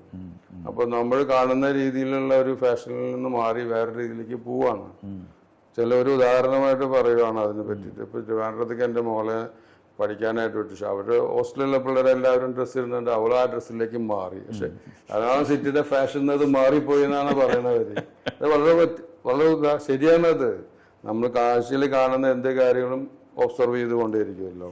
അല്ല, ജോസിന്റെ ബ്രദേഴ്സ് എല്ലാം ഫാഷൻ ബിസിനസ്സിലാണല്ലോ. അതെ, ഗുഡ് വില്ലും. അപ്പൊ ഞങ്ങൾക്ക് 10-40 വർഷമായിട്ട് ഈ ഫാഷനെ പറ്റിയിട്ട് അറിയാവുന്നത് കൊണ്ട് ഫാഷൻ ഇല്ലെങ്കിൽ ലൈഫ് എന്താ ഉള്ളത്? നമ്മൾ വെൽ ഡ്രസ്സായിട്ട് ആര് നടന്നു കഴിഞ്ഞാലും അവരെ ഒന്ന് നമ്മള് നോക്കൂല്ല, നമ്മളവരെ ഒരു സ്നേഹത്തോടെ അപ്രിഷ്യേറ്റ് ചെയ്യും. ആ, നന്നായിട്ടുണ്ട് കേട്ടോ, നല്ല ഡ്രസ്സിങ് ആണ്, വെൽ ഡ്രസ്സാണ്. അപ്പൊ അത് കാണാനും അതിനെ അപ്രിഷ്യേറ്റ് ചെയ്യാനും ആൾക്കാരില്ലെങ്കിൽ ഇപ്പൊ അത് ഇട്ടിട്ട് പോയിട്ട് കാര്യമില്ലല്ലോ നമ്മള്. അപ്പൊ കൊച്ചി എന്ന് പറയുന്നത് ഇപ്പൊ ഗൾഫിൽ ഇപ്പം സൗദിയിൽ പോലും അത്ര ഫാഷൻ ഇല്ലല്ലോ. ഇപ്പോഴാണ് കുറച്ച് അവര് ലിബറലായിട്ട് ചെയ്യാൻ തുടങ്ങിയത്. അപ്പോ പുറത്ത് നമ്മളിപ്പോ ബോംബെ അല്ലെങ്കിൽ ഡൽഹി പോലത്തെ ഫാഷൻ സെൻസ് നമ്മുടെ ഇവിടുത്തെ കുട്ടികൾക്കും ഉണ്ട്. അത് നന്നായിട്ട് അവര് എക്സ്പ്ലോർ ചെയ്യാനും തയ്യാറാണ്. നല്ല ഡ്രസ്സിങ്ങും നല്ല വെസ്റ്റേൺ ഡ്രസ്സ് ഇപ്പൊ ഇഷ്ടം പോലെ കിട്ടാനും തുടങ്ങി. ഇക്കണോമി പ്രൈസിന് കിട്ടാൻ തുടങ്ങി. നേരത്തെ ഭയങ്കര കോസ്റ്റ്ലി ആയിരുന്ന ഡ്രസ്സ് ഇപ്പോൾ 5,000 വരുന്ന ഡ്രസ്സിന് പോലും 1,000 റുപ്പീസിന് കിട്ടാൻ തുടങ്ങി. അപ്പൊ നമ്മൾ വീട്, ഫാഷൻ, ഫുഡ് ഇത് മൂന്നും ഒരു ബന്ധപ്പെട്ട മേഖലയാണ്. നമുക്ക് ഡ്രസ്സ് വേണം ഇടാനായിട്ട്, താമസിക്കാൻ വീട് വേണം, കഴിക്കാൻ ഫുഡും വേണം. ഇത് നെസസറി പ്രൊഡക്റ്റ് ആണ്. അപ്പൊ വീടിന് ഒരിക്കലും ഡിമാൻഡ് കുറയില്ല, ഡ്രസ്സിനും ഡിമാൻഡ് കുറയില്ല, ഫുഡിനും ഡിമാൻഡ് കുറയില്ല. മനുഷ്യന് എത്രത്തോളം ജനങ്ങളുണ്ട് അത്രയും പേർക്ക് ഫുഡും ഡ്രസ്സും വീടും അത്യാവശ്യമായൊരു പ്രൊഡക്റ്റ് ആണല്ലോ. അപ്പൊ ഈ 3 പ്രൊഡക്റ്റും മനുഷ്യൻ ജീവിതകാലം മുഴുവൻ ആവശ്യമുള്ളതാണ്. ഇപ്പോൾ ഏജുള്ളവർക്ക് ഏജിൻ്റെതായുള്ള ഹൗസുകളുണ്ട്. ഇപ്പോൾ യങ് ആയിട്ടുള്ള യങ് ആയിട്ടുള്ള ഹൗസ്, അവരാണ് ഇപ്പോൾ സ്മാർട്ട് ഹൗസ്, അങ്ങനെ പല കാര്യങ്ങളും. ഓട്ടോമേഷൻ വേണം, അങ്ങനെ പുതിയ അഡ്വാൻറ്റേജ് ആയിട്ടുള്ള പല കാര്യങ്ങളും അവർ കൊണ്ടുവരുന്നുണ്ട്. എന്താ വെച്ചാൽ ഇപ്പം ഞാൻ ബാത്റൂം ലൈറ്റ് ഓഫ് ചെയ്തു, അപ്പോൾ അത് ഓട്ടോമേഷൻ ചെയ്ത് കഴിഞ്ഞാൽ ഒന്നും അറിയേണ്ട ആവശ്യമില്ല, സെക്കൻഡിൽ തന്നെ ഓട്ടോമേഷൻ. അപ്പോൾ അത് അതിന് എക്സ്ട്രാ ചാർജ് തരാൻ എല്ലാവരും തയ്യാറാണ്. ഇപ്പോൾ എനിക്ക് ഓട്ടോമേഷൻ വേണം, അപ്പോൾ ചിലപ്പോൾ സ്വിച്ച് ഓഫ് ചെയ്യാൻ തിരക്ക് പിടിച്ച് ഞാൻ ഡോറ് ലോക്ക് ചെയ്യാണ്ട്, അപ്പോൾ ഡോറും ഓട്ടോമാറ്റിക് ലോക്ക് ചെയ്യാം. അപ്പോൾ ആ ഓട്ടോമേഷൻ്റെ മെത്തേഡിലേക്ക് ആൾക്കാർ വന്നു തുടങ്ങി. വെച്ചാൽ പെട്ടെന്ന് മറന്നു പോവാണ്, ഓഫ് ചെയ്തുവോ ഇല്ലയോ. അതുപോലെ തന്നെ കിച്ചൻ്റെ കാര്യത്തിലും സ്റ്റവ് ഓണാണോ ഓഫാണോ, അപ്പോൾ എല്ലാവരും ഇലക്ട്രിക്കിലേക്ക് മാറാൻ തുടങ്ങി. അപ്പോൾ ഇപ്പോൾ ആദ്യം ചോദിക്കുന്ന കിച്ചണിൽ ഞങ്ങൾക്ക് 3 3 പിൻ + 60 ആംപിയറിൻ്റെ വേണം. എന്തിനാ ഇൻഡക്ഷൻ കുക്ക് വെക്കാറാണ്. ഇപ്പോൾ ഗ്യാസിന് ഡിമാൻഡ് വന്നു. ഗ്യാസ് കിട്ടാനും പ്രശ്നമൊക്കെ ആകുമ്പോൾ ഇൻഡക്ഷൻ കുക്ക് വെക്കാനുള്ള 3 പിൻ പ്ലഗ് 60 ആംപിയറിൻ്റെ വേണം. അപ്പോൾ അതിന് ഉദാഹരണമായിട്ട് ഇപ്പോൾ ഗ്യാസിൽ നമുക്ക് ജീവിക്കണല്ലോ. ഇപ്പോൾ ഗ്യാസിനേക്കാളും ചീപ്പാണ് കറണ്ട് എന്നാണ് അവർ പറയുന്നത്. ഇപ്പോൾ കരി പിടിക്കില്ല, വിത്തിൻ സെക്കൻഡിൽ നമുക്ക് ചായ ഉണ്ടാക്കാം, വിത്തിൻ 10 മിനിറ്റ്സിൽ നമുക്ക് വേണമെങ്കിൽ കോഫി ഉണ്ടാക്കി കൊടുക്കാം. ഭക്ഷണം ഉണ്ടാക്കാനും ഭയങ്കര ഈസിയാണ്, കരി പിടിക്കില്ല, എല്ലാം ഓട്ടോമാറ്റിക് ഇട്ട് വെച്ചാൽ കറക്റ്റ് ടെമ്പറേച്ചർ വെച്ച് റൈസ് കുക്കർ വെച്ച് കഴിഞ്ഞാൽ കറക്റ്റ് ടെമ്പറേച്ചറിൽ അരി വെന്ത് കിടക്കും. അപ്പോൾ ഇതൊക്കെ എളുപ്പം. അപ്പോൾ ജനറേഷൻ അനുസരിച്ചിട്ട് ഓരോ ഐഡിയാസ് അവർ കൊണ്ടുവരുന്നുണ്ട്. അത് നമ്മൾ ചെയ്ത് കൊടുക്കണം, അല്ലെങ്കിൽ അവർക്ക് ബുദ്ധിമുട്ട് വരും. അപ്പോൾ നമ്മൾ കിച്ചണിൽ പോകണം. ഇപ്പം സ്റ്റവ് അത് തുടക്കി അതൊന്നും ചെയ്യേണ്ട ആവശ്യമില്ല. ഇപ്പം എല്ലാം ഇലക്ട്രിക്കിൻ്റെ സാധനങ്ങൾ ഇഷ്ടം പോലെ എക്യുപ്മെൻറ്റ് വരാൻ തുടങ്ങിയല്ലോ. അപ്പോൾ കരി പിടിക്കുന്നില്ല. കറണ്ട് ഇപ്പോൾ ഗ്യാസില്ലെങ്കിൽ കറണ്ടിൽ നമുക്ക് കുക്ക് ചെയ്യാം. ഇപ്പോൾ ഗ്യാസ് കമ്പൽസറി ആയിട്ട് അവർ നോക്കുന്നില്ല. ഇപ്പോൾ ഗ്യാസ് കിട്ടാനില്ല, റേറ്റ് കൂടി, ഈ വാറ് വന്നപ്പോൾ ആൾക്കാർ അതിനെപ്പറ്റി ചിന്തിക്കാൻ തുടങ്ങി. അതുവരെ ഇത് ചിന്തിക്കുന്നേ ഉണ്ടായില്ല. ഗ്യാസ് ഉണ്ടല്ലോ, നമുക്ക് പ്രശ്നങ്ങളൊന്നുമില്ല. വിറകിനെ പറ്റി ചിന്തിച്ചിട്ട് പോലും ഇല്ല. ഇപ്പൊ ഈവൻ ഹോട്ടലുകാർ പോലും വിറക് കത്തിക്കാൻ തുടങ്ങി. എന്താ കാര്യം എന്ന് വെച്ചാൽ ഗ്യാസ് കിട്ടാതെ വന്നപ്പോൾ. അപ്പോൾ നമുക്ക് ഗ്യാസ് ഇല്ലെങ്കിലും ഇപ്പോൾ നമുക്ക് ഇലക്ട്രിസിറ്റി ഇല്ലെങ്കിലും സോളാർ വെച്ചിട്ട് ഇലക്ട്രിസിറ്റി എടുക്കാന്നുള്ള മെത്തേഡ് ഇപ്പോൾ എല്ലാവരും പഠിച്ചു കഴിഞ്ഞു. അപ്പൊ ഇനി എല്ലാവരും സോളാറിലേക്ക് പോയി. ഈവൻ കാറിന്റെയും സെയിൽസ് അങ്ങനെ വന്നു തുടങ്ങി. ഇലക്ട്രിക് കാർസിലേക്ക് അപ്പൊ ഓട്ടോമാറ്റിക്കലി അതിന് പൊല്യൂഷൻ ഇല്ല, ഗ്രീൻ ബിൽഡിംഗ് ആണ്, ആൾക്കാർക്ക് പൊല്യൂഷൻ ഉണ്ടാക്കുന്നില്ല. ഇലക്ട്രിക് കാറിലേക്ക് ഇപ്പോൾ എനിക്ക് തോന്നുന്നു 2 വർഷമായിട്ട് ഇഷ്ടംപോലെ ആൾക്കാർ ഇലക്ട്രിക് കാറിലേക്ക് ചേഞ്ച് ചെയ്ത് വന്നു തുടങ്ങി. എന്താ കാര്യം വെച്ചാൽ പലരും പേടി പിടിക്കും, അവിടെ ചാർജ് ചെയ്യണമല്ലോ, ഇലക്ട്രിക് കാർ മേടിച്ചു കഴിഞ്ഞാൽ റീസെയിൽ വാല്യൂ ഇല്ലല്ലോ, റീസെയിൽ വാല്യൂക്കല്ലല്ലോ നമ്മൾ മേടിക്കുന്നത്. നമുക്ക് സേഫ്റ്റി ആയിട്ട് എന്ത് കിട്ടുന്നു, അത് പൊല്യൂഷൻ ഉണ്ടാക്കുന്നുണ്ടോ പബ്ലിക്കിന്, പൊല്യൂറ്റഡ് അല്ലല്ലോ. ഇപ്പൊ ഡീസൽ വില കൂടി, പെട്രോൾ വില കൂടി, അത് കിട്ടില്ല. ഇപ്പൊ വീട്ടിൽ നിന്നായാലും കറണ്ട് കുത്തിയിട്ട് വണ്ടി എടുത്തിട്ട് നമുക്ക് പോകാമല്ലോ. ഇപ്പൊ ഡീസൽ കിട്ടിയില്ലെങ്കിൽ വണ്ടി പുറത്തോട്ട് ഇറക്കാൻ പറ്റില്ലല്ലോ. ഇപ്പൊ വീടിന്റെ പുറത്ത് സോളാർ വെക്കുവാണെങ്കിൽ സോളാർ കറണ്ട് വെച്ചിട്ട് നമുക്ക് യൂസ് ചെയ്യാൻ പറ്റും. കോസ്റ്റ് വരുന്നുണ്ടല്ലോ, നമുക്ക് വണ്ടി എടുക്കാൻ പറ്റണ്ടേ. അപ്പൊ ഞങ്ങൾ ഈ ഫ്ലാറ്റിനകത്തൊരു ഹെവി ഇലക്ട്രിക്കിന്റെ ചാർജ് കൂടെ ചീപ്പ് ചെയ്യാനായിട്ട്, സ്പീഡായിട്ട് ചാർജ് ചെയ്യാനായിട്ട് ഒരു ഏജൻസിക്ക് കൊടുക്കാതെ തീരുമാനിച്ചു. ഇൻഡിവിജ്വലായിട്ട് കൊടുക്കുന്നുണ്ട്, സെപ്പറേറ്റ് അവരെ മീറ്ററിൽ തന്നെ ഇൻഡിവിജ്വലായിട്ട് നമ്മൾ കൊടുക്കാൻ വിചാരിച്ചു. അത് ചാർജ് ചെയ്യുമ്പോൾ അറൗണ്ട് ഒരു 10 hours ചാർജ് ചെയ്താൽ മാത്രമേ ചാർജ് കയറുള്ളൂ. അത്ര സ്ലോവിലാ കയറുള്ളൂ. അപ്പൊ കുത്തിട്ട് ചാർജ് കയറും. അപ്പൊ അത് ചിലർക്ക് ഇപ്പൊ ഇമീഡിയറ്റ് ചാർജ് കയറണമെന്നുണ്ടെങ്കിൽ അതിന് പേയ്മെന്റ് സ്പീഡ് ചാർജർ വരണം വെക്കാനുള്ളൊരു ഐഡിയ ഉണ്ട്. അപ്പൊ അതാവുമ്പോ എനിക്ക് പറഞ്ഞാല് പെട്ടെന്ന് ഇപ്പൊ അരമണിക്കൂറിന്റെ പെട്ടെന്ന് തന്നെ ചാർജ് കയറും. ഇപ്പൊ രാത്രി വെയിറ്റ് ചെയ്യാൻ പറ്റാത്ത ഒരാളാണെങ്കിൽ സ്പീഡ് ചാർജ് കയറ്റി കഴിഞ്ഞാൽ ഇപ്പൊ യൂണിറ്റിന്റെ പൈസ വ്യത്യാസം വരുന്നു മാത്രമേ. അറൗണ്ട് എനിക്ക് തോന്നുന്നു 15 to 70, 20 വരുന്നുണ്ട് ഇപ്പൊ യൂണിറ്റിന്. മറ്റേത് റെസിഡൻസിന് ചെയ്യുകയാണെങ്കിൽ വളരെ കുറവ്, 10 rupees താഴെ വരുന്നുള്ളൂ. ഇതെല്ലാം നമ്മൾ കസ്റ്റമേഴ്സ് ഓരോ ഐഡിയാസ് കൊണ്ടുവരുന്നു. അതിന്റെ അഡ്വാൻസ് ആയിട്ട് ടെക്നോളജി നമ്മൾ അങ്ങോട്ട് പറഞ്ഞു കൊടുക്കുന്നു. അപ്പൊ ഇപ്പൊ കിച്ചന്റെ കാര്യം പറഞ്ഞ പോലെ ഇലക്ട്രിസിറ്റി ഉള്ളത് കൊണ്ട് കുക്ക് ചെയ്യാൻ ഭയങ്കര എളുപ്പമാണ്. നെക്സ്റ്റ് ലെവലിൽ വരുമ്പോൾ എല്ലാവരും ഇലക്ട്രിസിറ്റിയിൽ കുക്ക് ചെയ്യാനായിട്ട് തുടങ്ങും. കുക്കിംഗ് റേഞ്ചും കാര്യങ്ങളെല്ലാം അതിനകത്ത് ഉപയോഗിക്കാനായിട്ട് തുടങ്ങും. പിന്നെ ഒരു സംഗതി, ഇപ്പോൾ കേരളത്തിൽ കൂടുതലും സീനിയർ സിറ്റിസൺസ് ആണല്ലോ കൂടുതലുള്ളത്. അപ്പോൾ സീനിയർ സിറ്റിസൺസിന് ലിവിങ് ഓൾഡ് ഏജ് ഹോംസോ അല്ലെങ്കിൽ റിട്ടയർമെൻറ്റ് ഹോംസോ അങ്ങനെ എന്തെങ്കിലും തുടങ്ങാൻ ഇപ്പോൾ പല ബിൽഡേഴ്സും പതുക്കെ അതിനകത്തേക്ക് ഈവൻ ഗോഡ്രേജ് വരെ ഓൾ ഇന്ത്യ ലെവലിൽ ഓൾഡ് ഏജ് ഒരു ബ്ലോക്ക് ഓൾഡ് ഏജിന് വേണ്ടി മാറ്റി വെക്കാറുണ്ട്. അങ്ങനെ എന്തെങ്കിലും ഒരു പ്ലാൻ ജോസിനുണ്ടോ? അതെന്താ വെച്ചാൽ ഓൾഡ് ഏജ് എന്ന് പറയുന്ന ഒരു മെത്തേഡ് നമ്മുടെ ലൈഫിൽ ഉണ്ടാവാതിരിക്കാനാണ് എല്ലാവരും പ്രാർത്ഥിക്കുന്നത്. നമ്മൾ ലിവ് ചെയ്യുന്നവരെ എനർജറ്റിക് ആയിട്ട് നിൽക്കുക. അപ്പൊ ഈ ഓൾഡ് ഏജ് ഹോം ഉദ്ദേശിക്കുന്നത് എന്തെന്ന് വെച്ച് കഴിഞ്ഞാൽ ഇപ്പം ഗോദ്രേജ് ചെയ്യുന്നുണ്ട്, ബ്രിഗേഡ് ചെയ്യുന്നുണ്ട്, ഒരുപാട് ബോംബെയിലൊക്കെ ഉണ്ട്. അവിടെ പോപ്പുലേഷൻ ഹെവി ആയതുകൊണ്ട് അവർക്കത് ചെയ്തേ പറ്റുള്ളൂ. അപ്പൊ അതിന് റിക്വയർമെന്റും കൂടുതലുണ്ട്. നമ്മുടെ കൊച്ചു കേരളത്തിലെ ആൾക്കാർക്ക് ഈ അങ്ങനത്തെ ഉള്ള ഒരു ജംഗിളായിട്ടുള്ള ഒരു അപ്പാർട്ട്മെന്റിനകത്ത് താമസിക്കാൻ താല്പര്യം കുറവാണ്. നമ്മുടെ കേരളത്തിന്റെ പ്രകൃതി അനുസരിച്ച് കുറച്ച് ഗ്രീൻ ലീഫും അങ്ങനെ താഴെ നടക്കാനൊക്കെ സൗകര്യമുണ്ടോ അങ്ങനെയൊക്കെ നോക്കി കുറെ ആൾക്കാർ നോക്കുന്നുണ്ട്. അപ്പോൾ ഗാർഡനിലുണ്ട്, വെജിറ്റബിൾ അവിടെ ക്രിയേറ്റ് ചെയ്യാൻ പറ്റുന്നുണ്ട്. അപ്പോൾ അതെല്ലാം നോക്കി നടക്കുമ്പോൾ സമയം കുറയും. അങ്ങനെ ഒരു പ്രൊജക്റ്റിന് ഐഡിയ ഉണ്ട്. പക്ഷെ നമ്മുടെ അടുത്ത പീപ്പിൾ അത്രയായിട്ട് ഓൾഡ് എന്ന് തോന്നിക്കുന്ന രീതിയിൽ പ്രവർത്തിക്കുന്നില്ല ആരും. എല്ലാവരും യങ് ആണെന്നുള്ള രീതിയിലാണ് ഇപ്പോഴും പോയിക്കൊണ്ടിരിക്കുന്നത്. അപ്പൊ ഇവിടെ നമുക്ക് പറയാം ആൾക്കാരെ ഏജ് ആകുമ്പോൾ എങ്ങനെ ജീവിക്കുന്നു. അപ്പൊ ഏജ് ആകുമ്പോൾ നമുക്ക് ഇതുപോലത്തെ പരിപാടികൾ ചെയ്യുന്നതുകൊണ്ട് കുഴപ്പമൊന്നും ഉണ്ടായിട്ടില്ല. നമ്മളെ ആൾക്കാർ അവിടെ നിൽക്കാനായിട്ട് ഇഷ്ടപ്പെടുന്നു. അപ്പം നിൽക്കണമെങ്കിൽ പിന്നെ നമ്മൾ ഇതുപോലെ ഒരു ഗ്രീനറി പോലത്തെ ഒരു വില്ലാസൊക്കെ ഉണ്ടാക്കി അതിനകത്ത് നാച്ചുറൽ ആയിട്ടുള്ള കാര്യങ്ങളെല്ലാം ചെയ്ത് കുറച്ച് ഓർഗാനിക് വെജിറ്റബിളും കാര്യങ്ങളൊക്കെ ഉണ്ടാക്കി അപ്പോൾ അത് നടന്നൊക്കെ കാണാനായിട്ടൊക്കെ പറ്റും. അതോടൊപ്പം തന്നെ അവർക്ക് ട്രീറ്റ്മെൻറ്റ് ചെയ്യാനുള്ള സൗകര്യങ്ങൾ ചെയ്യാനായിട്ടും, അതുപോലെ ഒരു ആംബുലൻസ് സർവീസ്, ഒരു നഴ്സിംഗ് ഡിപ്പാർട്ട്മെൻറ്റ്, ഇതെല്ലാം ബ്ലഡ് ഷുഗറൊക്കെ ചെക്ക് ചെയ്യാനൊക്കെ ആയിട്ട് അങ്ങനെ നാച്ചുറലായിട്ടൊരു പരിപാടി ചെയ്യണമെന്ന് എനിക്ക് ആഗ്രഹമുണ്ട്. പക്ഷെ അതിന് ലാൻഡ് ഏരിയ കണ്ടുപോകാനും കൂടുതൽ വേണം, അതിന് കണ്ടുപോകാനും ഓപ്പൺ ഏരിയ വേണം. അത് സിറ്റി വിട്ടിട്ട് ചെയ്താലേ നമുക്കത് വർക്കൗട്ട് ആവുള്ളൂ. അപ്പൊ സിറ്റി വിട്ടിട്ട് ആൾക്കാർക്ക് പോകാനായിട്ട് കുറച്ച് മടിയുണ്ട്. കാരണം വെച്ചാൽ ഇവര് ഫ്രണ്ട് സർക്കിളെല്ലാം സിറ്റി തന്നെയാണ് ഉള്ളത്. അപ്പൊ ഈ ഫ്രണ്ട് സർക്കിളിനെ വിട്ടിട്ട് സിറ്റി ഔട്ടർ ഒരു 10 kilometer മാറിയിട്ട് ഇത്രയും വലിയൊരു എലാബറേറ്റ് പ്രൊജക്ട് ചെയ്യാൻ പറ്റുള്ളൂ. എന്നാലും അത് ഭംഗിയായിട്ട് കൊണ്ടുപോകാനും പറ്റുള്ളൂ.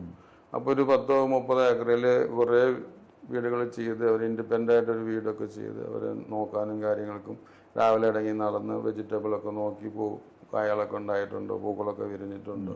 അപ്പോൾ അവർക്ക് ഒരു മെന്റലി ഒരു മെന്റലി സുഖമല്ല, അവർക്കൊരു എനർജറ്റിക് ആയിട്ട് അത് കാണണമെന്ന് ആഗ്രഹം. നാളെ പോയി പൂ വിരിഞ്ഞിട്ടുണ്ടോ, അതിനകത്തൊരു എന്തെങ്കിലും വിഴ്ച ഉണ്ടായിട്ടുണ്ടോ എന്നൊക്കെ നോക്കാനുള്ള ആഗ്രഹങ്ങളും ഉണ്ടായിരിക്കും. അപ്പോൾ അത് നമുക്ക് മോട്ടിവേഷനാണ്. ഇന്ന് കിടക്കുമ്പോൾ നാളെ അവിടെ ചെടി വലുതായിട്ടുണ്ടോ, ആ ചെടി പൂവ് വിരിഞ്ഞിട്ടുണ്ടോ.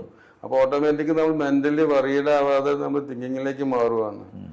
35 years ആയിട്ട് നമ്മുടെ ബാബുചേട്ടനും ഈ റിയാലിറ്റി ഫീൽഡിലുണ്ട്, ഞാനുമുണ്ട്. അപ്പോൾ ബാബുചേട്ടൻ്റെ ഇവിടുത്തെ ജനങ്ങളുടെ ഒരു അഭിപ്രായങ്ങൾ എന്താണ്, പ്രോപ്പർട്ടി താമസിച്ചവർക്കും പ്രോപ്പർട്ടി കുറെ എടുത്ത് കൊടുത്തിട്ടുണ്ട് മാത്യൂസ് ആൻഡ് റിയാലിറ്റി. അപ്പൊ അവർ താമസിക്കുന്ന ആൾക്കാരുടെ അവരുടെ ഹാപ്പിനെസ് എങ്ങനെയാണ്, അവരെ നമുക്ക് പ്രോപ്പർട്ടി വാങ്ങിച്ചു കൊടുത്തിട്ട് അവരിൽ നിന്നുള്ള ഒരു റിട്ടേൺ ആയിട്ടുള്ള നെക്സ്റ്റ് പ്രോപ്പർട്ടി ഇൻവെസ്റ്റ് ചെയ്യാനുള്ള അവരുടെ ടെൻഡൻസി എങ്ങനെയാണെന്നുള്ളത്, അവർക്ക് ഇഷ്ടപ്പെട്ട പ്രോപ്പർട്ടിയാണ് നമ്മൾ കൊടുക്കുന്നതെന്നുള്ളതും, നമ്മൾ അവർക്കൊരു പ്രോപ്പർട്ടി മേടിച്ചത് കൊണ്ട് അവർക്ക് വളരെതായിട്ടുള്ള പ്രോഫിറ്റ് ഉണ്ടായിട്ടുണ്ടോ ഇല്ല എന്നുള്ളതും വാച്ച് ചെയ്ത് നോക്കിയിട്ടുണ്ടോ എന്നുള്ളതാണ്. എൻ്റെ ക്ലയൻസ് എന്ന് പറഞ്ഞിട്ടുണ്ടെങ്കിൽ, ഞാൻ ആദ്യമേ ഈ റിയൽ എസ്റ്റേറ്റ് ബിസിനസ്, ഞങ്ങൾക്ക് പല ആക്ടിവിറ്റി ഉണ്ടല്ലോ. ഞങ്ങൾക്ക് മാറ്റിസൺസ് ഗ്രൂപ്പ് എന്ന് പറഞ്ഞാൽ ഞങ്ങൾക്ക് ഫ്രോസൺ ഫുഡ് എക്സ്പോർട്ട്. ഞാൻ സത്യം പറഞ്ഞാൽ ആദ്യമേ ഈ റിയൽ എസ്റ്റേറ്റിൽ ഇറങ്ങുന്നതിന് മുമ്പ്, റിയൽ എസ്റ്റേറ്റിലേക്ക് ഇറങ്ങുന്നതിന് മുമ്പ് ഒരു ഷെയർ ബ്രോക്കറായിരുന്നു. ഒരു 10-12 കൊല്ലത്തോളം ഷെയറിൽ ഇൻവെസ്റ്റ് ചെയ്തുകൊണ്ടിരുന്നു. അപ്പോൾ ആ ബിസിനസ്സിൽ നിന്നാണ് ഞാൻ, ആ ബിസിനസ് ചെയ്യുമ്പോഴും കുറച്ച് എക്സ്ട്രാ മണി കിട്ടുമ്പോൾ ഞാൻ എപ്പോഴും കുറച്ച് സ്ഥലം മേടിച്ചിടുമായിരുന്നു. അപ്പോൾ ഷെയർ മാർക്കറ്റ് എപ്പോഴും അറിയാമല്ലോ, പൊങ്ങിയും താണും ഒക്കെ നിൽക്കുമല്ലോ. അപ്പോൾ ഒരു കുഷനിങ് മാതിരി ഞാൻ ഇതിനകത്തേക്ക് ഇൻവെസ്റ്റ് ചെയ്തിടുമായിരുന്നു. ഷെയറിൽ മാത്രമായിട്ട് കോൺസെൻട്രേറ്റ് ചെയ്യാറുണ്ടായിരുന്നില്ല. അപ്പോൾ അതൊരു കണക്കിന് ഗുണം ചെയ്തു. ആ പഴയ ബൂം തുടങ്ങുന്നതിന് മുമ്പ്, റിയൽ എസ്റ്റേറ്റ് ബൂം തുടങ്ങുന്നതിന് 90s മുമ്പ് എൻ്റെ കയ്യിൽ അവിടെ ഇവിടെയൊക്കെ 2-3 പ്രോപ്പർട്ടികളുണ്ടായിരുന്നു. അപ്പോൾ റിയൽ എസ്റ്റേറ്റ് കുറച്ച് മോശമായി. അർഷദ് മേത്ത ഡേയ്സിലൊക്കെ റിയൽ എസ്റ്റേറ്റ് മോശമായപ്പോൾ അതൊക്കെ ഞാൻ വിചാരിച്ചു, നന്നായി കിടക്കുന്ന പ്രോപ്പർട്ടീസിലൊക്കെ ഓരോ കൊമേഴ്ഷ്യൽ ബിൽഡിങ്സ് പണിതാലും. അങ്ങനെയാണ് കൊമേഴ്ഷ്യൽ ബിൽഡിംഗ് കൺസ്ട്രക്ഷനിലേക്ക് കിടന്ന് 5-6 കൊമേഴ്ഷ്യൽ ബിൽഡിങ്സ് പണിത്.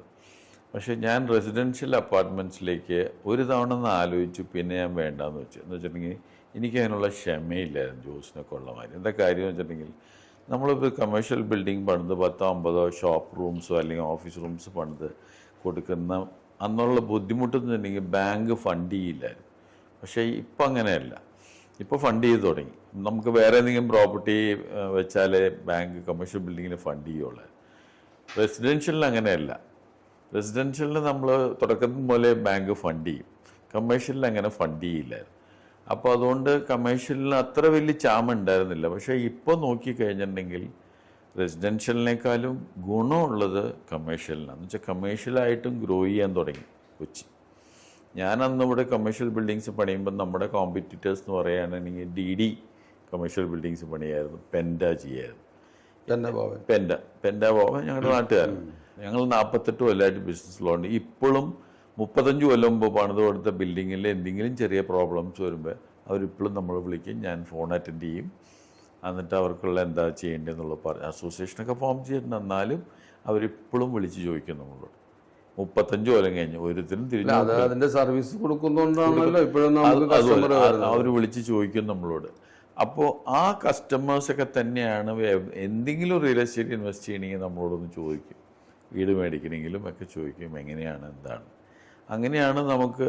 അല്ലാത്തപ്പോൾ ഞാൻ ഈ റിയൽ എസ്റ്റേറ്റിലേക്ക് ഇറങ്ങിയപ്പോൾ എനിക്ക് പുറത്തുള്ള കുറേ ഗൾഫിലൊക്കെ ഉള്ള കുറേ ഇൻവെസ്റ്റേഴ്സും വലിയ വലിയ ലാൻഡുകൾ മേടിക്കുക, വലിയ കോർപ്പറേറ്റ്സിന് വേണ്ടി ലാൻഡ് മേടിക്കുക, എന്നിട്ട് അവർക്ക് കൊടുക്കുക. വലിയ വലിയ ഇൻസ്റ്റിറ്റ്യൂഷൻസിനൊക്കെ വേണ്ടി മേടിച്ചു കൊടുക്കുന്ന പരിപാടി. റീറ്റെയിൽ ആയിട്ടുള്ള 5 സെൻറ്റും 10 സെൻറ്റും ഞാൻ ഒരിക്കലും ചെയ്യില്ലായിരുന്നു. ഈ ഇടയാണ് ഞാൻ ഈ പ്രൈമറി മാർക്കറ്റിലേക്കും ഈ റീറ്റെയിൽ ബിസിനസ്സിലേക്കും ഇറങ്ങി തുടങ്ങി. കൂടുതലും നമ്മുടെ പ്രൈമറി മാർക്കറ്റിലേക്ക് ഇറങ്ങിയത് ഇപ്പോൾ ഇവിടെ മിക്ക ബിൽഡേഴ്സിനും ഇങ്ങനെ ഈ ചാനൽ പാർട്ട്ണർ എന്ന് പറഞ്ഞൊരു പരിപാടി ഇല്ലായിരുന്നു. എന്ന് വെച്ചിട്ടുണ്ടെങ്കിൽ അവർ തന്നെ സെയിൽസിന് ആളെ വെച്ചിട്ട് അവർ തന്നെ ചെയ്യാന്നുള്ളതാണ്. ഇവിടെ ആദ്യമായിട്ടത് ഇൻട്രൊഡ്യൂസ് ചെയ്യുക DLF-ഉം ശോഭയും പൂർവങ്കരയൊക്കെ. അവരെല്ലാം ശരിക്കും ബാംഗ്ലൂർ ബേസ്ഡ് ആയതുകൊണ്ടും ബോംബെ ബേസ്ഡ് ആയതുകൊണ്ടും അവരവിടെ 90% ബിസിനസ് ചെയ്യുന്നത് ഈ ചാനൽ പാർട്ട്നേഴ്സ് വഴിയാണ്.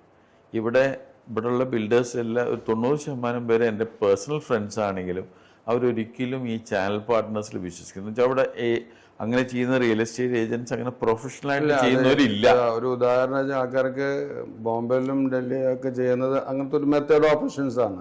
അപ്പോൾ ബിൽഡേഴ്സിനെ സംബന്ധിച്ചോളം അവർക്ക് മാർക്കറ്റിംഗ് മെത്തേഡ് വളരെയധികം ഭംഗിയായിട്ട് കൊണ്ടുപോകാനായിട്ട് വരും. ഇവിടെ അങ്ങനെയുള്ള ഏജൻസി ഇല്ല. ഇപ്പം കാര്യമായിട്ട് ഇവിടെ ചെയ്യുന്ന മലയാളി ബേസ്ഡ് ആയിട്ടുള്ള ഓർഗനൈസ്ഡ് ആയിട്ട് ചെയ്യുന്ന കുറച്ച് പേരേ ഉള്ളൂ. പക്ഷെ നേരെ മറിച്ച് ബോംബെ ബേസ്ഡ് ആയിട്ടുള്ള പ്രോപ്പർട്ടി പിസ്റ്റൽ അങ്ങനെയുള്ളവരെല്ലാം നോർത്ത് ഇന്ത്യൻ ബേസ്ഡ് ആയിട്ടുള്ള കമ്പനീസ് ഇവിടെ ബ്രാഞ്ചിട്ടിട്ട് ചെയ്യുന്ന അവരാണ് വന്നിട്ട് പിന്നെയും ചാനൽ പാർട്ട്ണറായിട്ട് ഓരോ ബിൽഡേഴ്സിന് എടുത്തിട്ട് വിൽക്കുന്നത്. അപ്പോൾ നേരത്തെ കൊമേഴ്സിൽ കൊടുത്ത പ്രോപ്പർട്ടികളൊക്കെ ഒരു 500% അപ്രിസിയേഷൻ കിട്ടി കാണും. പക്ഷെ ഞാനൊക്കെ ആദ്യം ഒരു ആദ്യത്തെ ബിൽഡിങ് ആ ചങ്ങമ്പുഴ മെട്രോ സ്റ്റേഷൻ്റെ അടുത്തുള്ള 900 rupees per square ഫുട്ടിനാണ് ഞാൻ ഓഫീസ് സ്പേസ് വെച്ചുകൊണ്ടിരുന്നത്. പിന്നെ വൈറ്റില ചെയ്തു, കല്ലൂരി ചെയ്തു. അതെല്ലാം ഈ ബിൽഡിങ് ഞാൻ പറയുന്നത് ഇത് പിന്നെ ഞാനൊന്നും വിറ്റിട്ടില്ലല്ല, ഞാൻ വാടകയ്ക്ക് കൊടുത്തിരിക്കുക.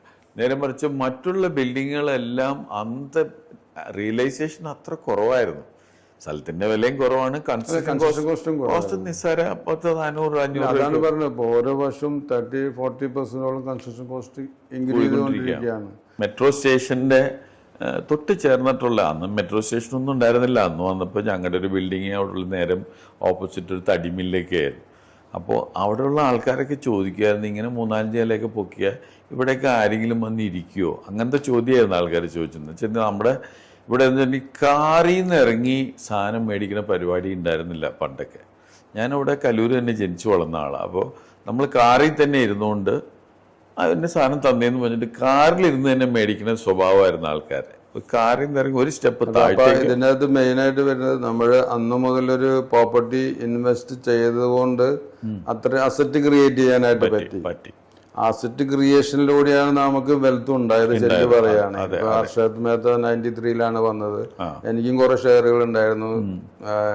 എനിക്ക് തോന്നുന്നു ഏതാണ്ട് 40-50 lakhs എനിക്ക് ലോസിൽ വന്നു. ഞാൻ ഡിഗ്രിക്ക് പഠിക്കുമ്പോൾ ഇൻവെസ്റ്റ് ചെയ്യാൻ തുടങ്ങിയതാണ്. ആ ലോസ് വന്നതോടെ നമ്മൾ ഷെയറിന്റെ ഫണ്ടെല്ലാം എടുത്ത് പ്രോപ്പർട്ടിയിൽ ഇൻവെസ്റ്റ് ചെയ്തു. ഈ 80-90-ലെല്ലാം നമ്മൾ എല്ലാ വർഷവും ഓരോ പ്രോപ്പർട്ടി ഇൻവെസ്റ്റ് ചെയ്യും. ആ ഇൻവെസ്റ്റ് ചെയ്ത പ്രോപ്പർട്ടിയുടെ വാല്യുവേഷനാണ് ഇപ്പൊ കയറി വന്നത്. അതുപോലെ തന്നെ ബാബുചേട്ടനും ആ സമയത്ത് എനിക്ക് 93-ലാണ് ഹർഷത് മേത്തനെ അറസ്റ്റ് ചെയ്തത്. അങ്ങനെയാണ് ഷെയർ മാർക്കറ്റ് എല്ലാം കൂടെ താഴെ പോകുന്നത്. അപ്പൊ അന്നത്തെ മാർക്കറ്റ് വെച്ച് പിന്നെ ഒരു 6 മാസം കഴിയുമ്പോൾ കുറച്ച് ഇൻക്രിമെന്റ് വന്നു മാർക്കറ്റ്. അപ്പൊ അത് ഷെയർ മാർക്കറ്റിനേക്കാളും ഗ്രോത്ത് ശരിക്കും പറയുകയാണെങ്കിൽ ലാൻഡിൽ ഇൻവെസ്റ്റ് ചെയ്തവർക്കായിരുന്നു. അപ്പോൾ ഓരോ വർഷവും നമ്മൾ ഉള്ള ഓരോരോ ഫണ്ടുകൾ എടുത്തിട്ട് നമ്മൾ കുറച്ച് ലാൻഡ് നമ്മൾ അസറ്റ് ക്രിയേറ്റ് ചെയ്ത് കഴിഞ്ഞാൽ ചെറിയ EMI നമ്മൾ കൊടുക്കേണ്ടി വരും. അത് നമ്മൾ അറിയാതെ അടഞ്ഞു പോയിക്കോളും ഹൗസ് ലോൺ എടുക്കുവാണെങ്കിൽ കൂടെ.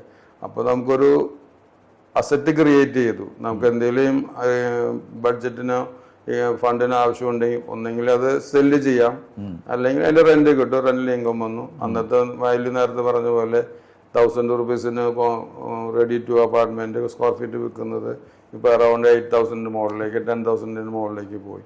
അപ്പൊ അതിന് എത്ര രൂപയുടെ വേരിയേഷൻ വന്നു. അപ്പോൾ നേരത്തെ തന്നെ നമ്മൾ ഓരോരോ അസറ്റ് ക്രിയേറ്റ് ചെയ്ത് വെച്ചത് കൊണ്ടാണ് ഓരോ ഫാമിലിക്കും ഒരു പ്രോപ്പർട്ടിയും ഉണ്ടാവുന്നത്. അപ്പൊ ഈ അസറ്റ് ക്രിയേറ്റ് ചെയ്യാനായിട്ട് നമ്മൾ ബുദ്ധിമുട്ടിയിട്ട് എങ്ങനെയും EMI ഉള്ള പൈസ വെച്ച് ഓരോ അസറ്റും ക്രിയേറ്റ് ചെയ്ത് കൊണ്ടുവന്നാൽ നമുക്ക് 3-4 കൊമേഴ്സ്യൽ ബിൽഡിങ്ങും ബാബുചേട്ടന് പണിയാനായിട്ട് പറ്റിയത്. ആ സമയത്ത് ആ എമൗണ്ടിന് സെയിൽ ഉണ്ടായിരുന്നു. ഇപ്പോഴത്തെ മാർക്കറ്റ് റേറ്റ് കൺസ്ട്രക്ഷൻ കോസ്റ്റ് തന്നെ ഒരു 4,000-ലേക്ക് പോകുന്നു. ലാൻഡ് കോസ്റ്റും കയറി വരുന്നു. അപ്പൊ അത്രയും അപ്രിസിയേഷൻ വർഷങ്ങളായിട്ട് കയറി വരുന്നുണ്ട്. എത്രയും പെട്ടെന്ന് നമ്മൾ പ്രോപ്പർട്ടിയിൽ ഇൻവെസ്റ്റ് ചെയ്തവർക്ക് ആർക്കും ഇതുവരെ നഷ്ടം വന്നിട്ടില്ല. അതാണ് സിറ്റിക്കകത്ത് ഇൻവെസ്റ്റ് ചെയ്തവർക്ക്. ബാബുചേട്ടന് തന്നെ ഇപ്പൊ കലൂർ ഒരു ബിൽഡിംഗ് പണിത് എത്ര വർഷം മുന്നേ പണിത്. അതിന്റെ വാല്യൂ ഇപ്പൊ കണക്കൂട്ടി കഴിഞ്ഞാൽ നമുക്ക് ഇപ്പൊ പണിയാൻ പറ്റത്തില്ല. അത്രയും ഫണ്ട് നമുക്ക് ജനറേറ്റ് ചെയ്യാൻ പറ്റില്ല ഒരിക്കലും. ഒരു 10-20 വർഷം മുന്നേ നമ്മൾ ഇൻവെസ്റ്റ് ചെയ്തുകൊണ്ടാണ് അത് വാങ്ങാൻ പറ്റിയത്. 38 കൊല്ലം 40 കൊല്ലം മുമ്പ് ആ ബിൽഡിംഗ് പണിതത് 4 നില കെട്ടിട 3,10,000 രൂപയായുള്ളൂ. അതെ, ഇപ്പോഴും നമ്മൾ ആൾക്കാർ മടിച്ചു നിൽക്കും. പ്രോപ്പർട്ടി പിന്നെ വാങ്ങിയാൽ മതി, റെന്റിൽ താമസിച്ചാൽ മതി, റെന്റിലല്ല നല്ലതെന്ന് ആലോചിച്ചു. പക്ഷെ ഓൺ പ്രോപ്പർട്ടി നമ്മളൊരു ഇൻവെസ്റ്റ്മെന്റ് ഒരു അസറ്റ് ക്രിയേറ്റ് ചെയ്ത് കഴിഞ്ഞാൽ നമുക്ക് ആ വാല്യൂ ആയിട്ടുള്ള ഒരു അസറ്റ് നമുക്ക് ഉണ്ടെന്ന് പറയാം. അത് എപ്പോഴും നോക്കിയാലും നമുക്കൊരു 5 വർഷം കഴിയുമ്പോൾ അയ്യോ അന്ന് മേടിച്ചതുകൊണ്ടാണ് ഇപ്പൊ ഒരു 2 കോടിയുടെ വാല്യൂ ആയി. ഇപ്പൊ 2 കോടി വെച്ചിട്ട് നമുക്കൊരു പ്രോപ്പർട്ടി വാങ്ങാൻ പറ്റുമോ? ചിന്തിക്കാനേ പോലും പറ്റില്ല. അപ്പൊ എത്രയും പെട്ടെന്ന് ഓരോരുത്തരും അസറ്റ് ക്രിയേറ്റ് ചെയ്താൽ മാത്രമേ അവനൊരു വെൽത്ത് ക്രിയേഷൻ വരുള്ളൂ. അപ്പൊ ടാക്സിന്റെ ബെനിഫിറ്റും ഒരുപാട് കിട്ടുന്നുണ്ട്. ഇപ്പൊ റെന്റ് ഇൻകത്തിനാണെങ്കിൽ ഡയറക്റ്റ് 30% റിബേറ്റ് കിട്ടുന്നുണ്ട്. ബാങ്ക് ലോൺ ആണെങ്കിൽ നമുക്ക് ഹൗസ് ലോൺ 7% ചെയ്യാൻ ബാങ്ക് തയ്യാറാണ്. എലിജിബിലിറ്റി ഉള്ളവർക്കും കറക്റ്റ് ആയിട്ട് അതാണ്. അത്രയും ബാങ്ക് ലിബറലാണ് കൊടുക്കാനായിട്ട്. അപ്പൊ നേരത്തെ അത് കിട്ടാനൊക്കെ ഭയങ്കര ബുദ്ധിമുട്ടായിരുന്നു. ഇപ്പൊ എല്ലാ ബാങ്കും ലോൺ തരാൻ തയ്യാറാണ്. മിനിമം അവന്റെ എലിജിബിലിറ്റി ഉണ്ടെങ്കിലും പ്രോപ്പറായിട്ട് പോകുന്നുണ്ടെങ്കിൽ ലോൺ എടുത്തിട്ട് ബിൽഡിംഗ് മേടിച്ചാലും ഒരിക്കലും നഷ്ടം വരില്ല എന്നാണ് എൻ്റെ അഭിപ്രായത്തിൽ. ബാബുചേട്ടൻ്റെ അഭിപ്രായം എന്താണെന്ന് ചോദിക്കുകയാണ്. അതൊക്കെ തന്നെയല്ല ഞാൻ പറഞ്ഞ അപ്പാർട്ട്മെന്റിൽ ഞാൻ കമേഴ്ഷ്യൽ ബിൽഡിങ്സ് പണിയുന്ന ആളായതുകൊണ്ട് ഞാൻ എപ്പോഴും ആൾക്കാർ വന്ന് ചോദിച്ചാൽ എവിടെ ഇൻവെസ്റ്റ് ചെയ്യണമെന്ന് പറയുകയാണെങ്കിൽ ഒരു വീട് ഏതായാലും വേണം. രണ്ടാമത്തത് നിങ്ങളൊരു ഷോപ്പ് റൂമിൽ ഇൻവെസ്റ്റ് ചെയ്താൽ മതി എന്ന് പറയും. ബിക്കോസ് അതിനായിരിക്കും കൂടുതൽ റിട്ടേൺ, പെർസെൻറ്റേജ് റിട്ടേൺ കിട്ടുന്നത്. അപ്പോൾ അവർക്ക് ഒരു അപ്പാർട്ട്മെൻറ്റ് ജീവിക്കാനായിട്ട് വേണം. രണ്ടാമതൊരു അപ്പാർട്ട്മെൻറ്റ് മേടിച്ച് 4-5% റിട്ടേൺ കിട്ടുന്നതിലും കൂടുതൽ ഒരു ഷോപ്പ് റൂം വാടകയ്ക്ക് കൊടുത്താൽ ചിലപ്പോൾ അതിന് 8-9% റിട്ടേൺ കിട്ടും. അപ്പോൾ അങ്ങനെയാണ് ഞാൻ എപ്പോഴും അഡ്വൈസ് ചെയ്യാറുള്ളൂ. പിന്നെ പലവരും വന്ന് പണ്ടത്തെ മാതിരി വിഡ്ഢിത്തരം ഇപ്പോൾ ആൾക്കാർ കാണിക്കാറില്ല. ചുമ്മാ വന്ന് 10 സെൻറ്റ് സ്ഥലം മേടിച്ച് ഒരു 5000 സ്ക്വയർ ഫുട്ട് അങ്ങ് പണിത് 3-4 നിലയും പണിത് അത് മെയിൻറ്റെയിൻ ചെയ്യാനുള്ള കാശ് മുഴുവൻ വീട്ടിൽ കൊണ്ടേ മുടക്കണ പരിപാടി ഇപ്പം മലയാളികൾ അങ്ങനെ ചെയ്യാറില്ല എന്നാണ്. ഇപ്പോഴത്തെ ജനറേഷൻ അത് മനസ്സിലായത്, മെയിൻറ്റെയിൻ ചെയ്യാൻ പറ്റുന്നില്ലല്ലോ. എത്ര വലിയ കാശുകാരനാണെങ്കിലും ഒരു അപ്പാർട്ട്മെന്റിലേക്ക് അപ്പോൾ താമസിക്കുള്ളൂ. അതിന് കാരണമുണ്ട്. ഇപ്പൊ മഴ പെയ്ത് കഴിഞ്ഞാൽ സെപ്റ്റി ടാങ്ക് അതോ വാട്ടർ ടാങ്കാന്നോ അറിയാൻ ഒന്നാമത്തെ കാര്യം. പിന്നെ സെക്കൻഡ് തിങ് എന്ന് പറഞ്ഞാൽ സേഫ്റ്റി ഫീച്ചർ, സേഫ്റ്റി, സെക്യൂരിറ്റി എല്ലാം, ജനറേറ്റർ ബാക്കപ്പ്, നല്ല കമ്മ്യൂണിറ്റി, പിള്ളേർക്കാണെങ്കിൽ പ്ലേ ചെയ്യാനായിട്ട് കുറെ ഫ്രണ്ട്സ് കാര്യങ്ങൾ. അപ്പോൾ ഔട്ട്സൈഡിൽ നിന്ന് ആൾക്കാർ താമസിക്കുന്ന ഫ്ലാറ്റിലേക്ക് വരുന്ന വെച്ചാൽ എല്ലാ ഫെസിലിറ്റിൻ്റെ എത്രയും പെട്ടെന്ന് 10 മിനിറ്റിൽ ഏതെങ്കിലും മെയിൻ ഹോസ്പിറ്റലിലേക്ക് കൊണ്ടുപോകാനായിട്ട് പറ്റും.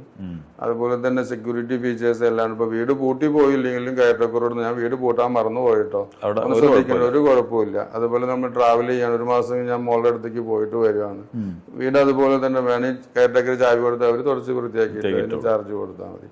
അപ്പം ഭൂരിപക്ഷം ആൾക്കാരും ഈ വലിയ വീടുകളിൽ മെയിൻറ്റെയിൻ ചെയ്യാൻ പറ്റാതെ വരികയാണ്. പിന്നെ മോഷ്ടാക്കളുടെ ബുദ്ധിമുട്ടുകളും ജനറേറ്റർ ബാക്കപ്പ് ഇല്ലാത്തത് കൊണ്ടും കറണ്ട് പോയി കഴിഞ്ഞാൽ കറണ്ട് ഇപ്പം എപ്പോഴേ വരും എന്നുള്ള ഔട്ട്സൈഡിലെ ആൾക്കാർക്ക് അറിയാൻ പറ്റില്ല.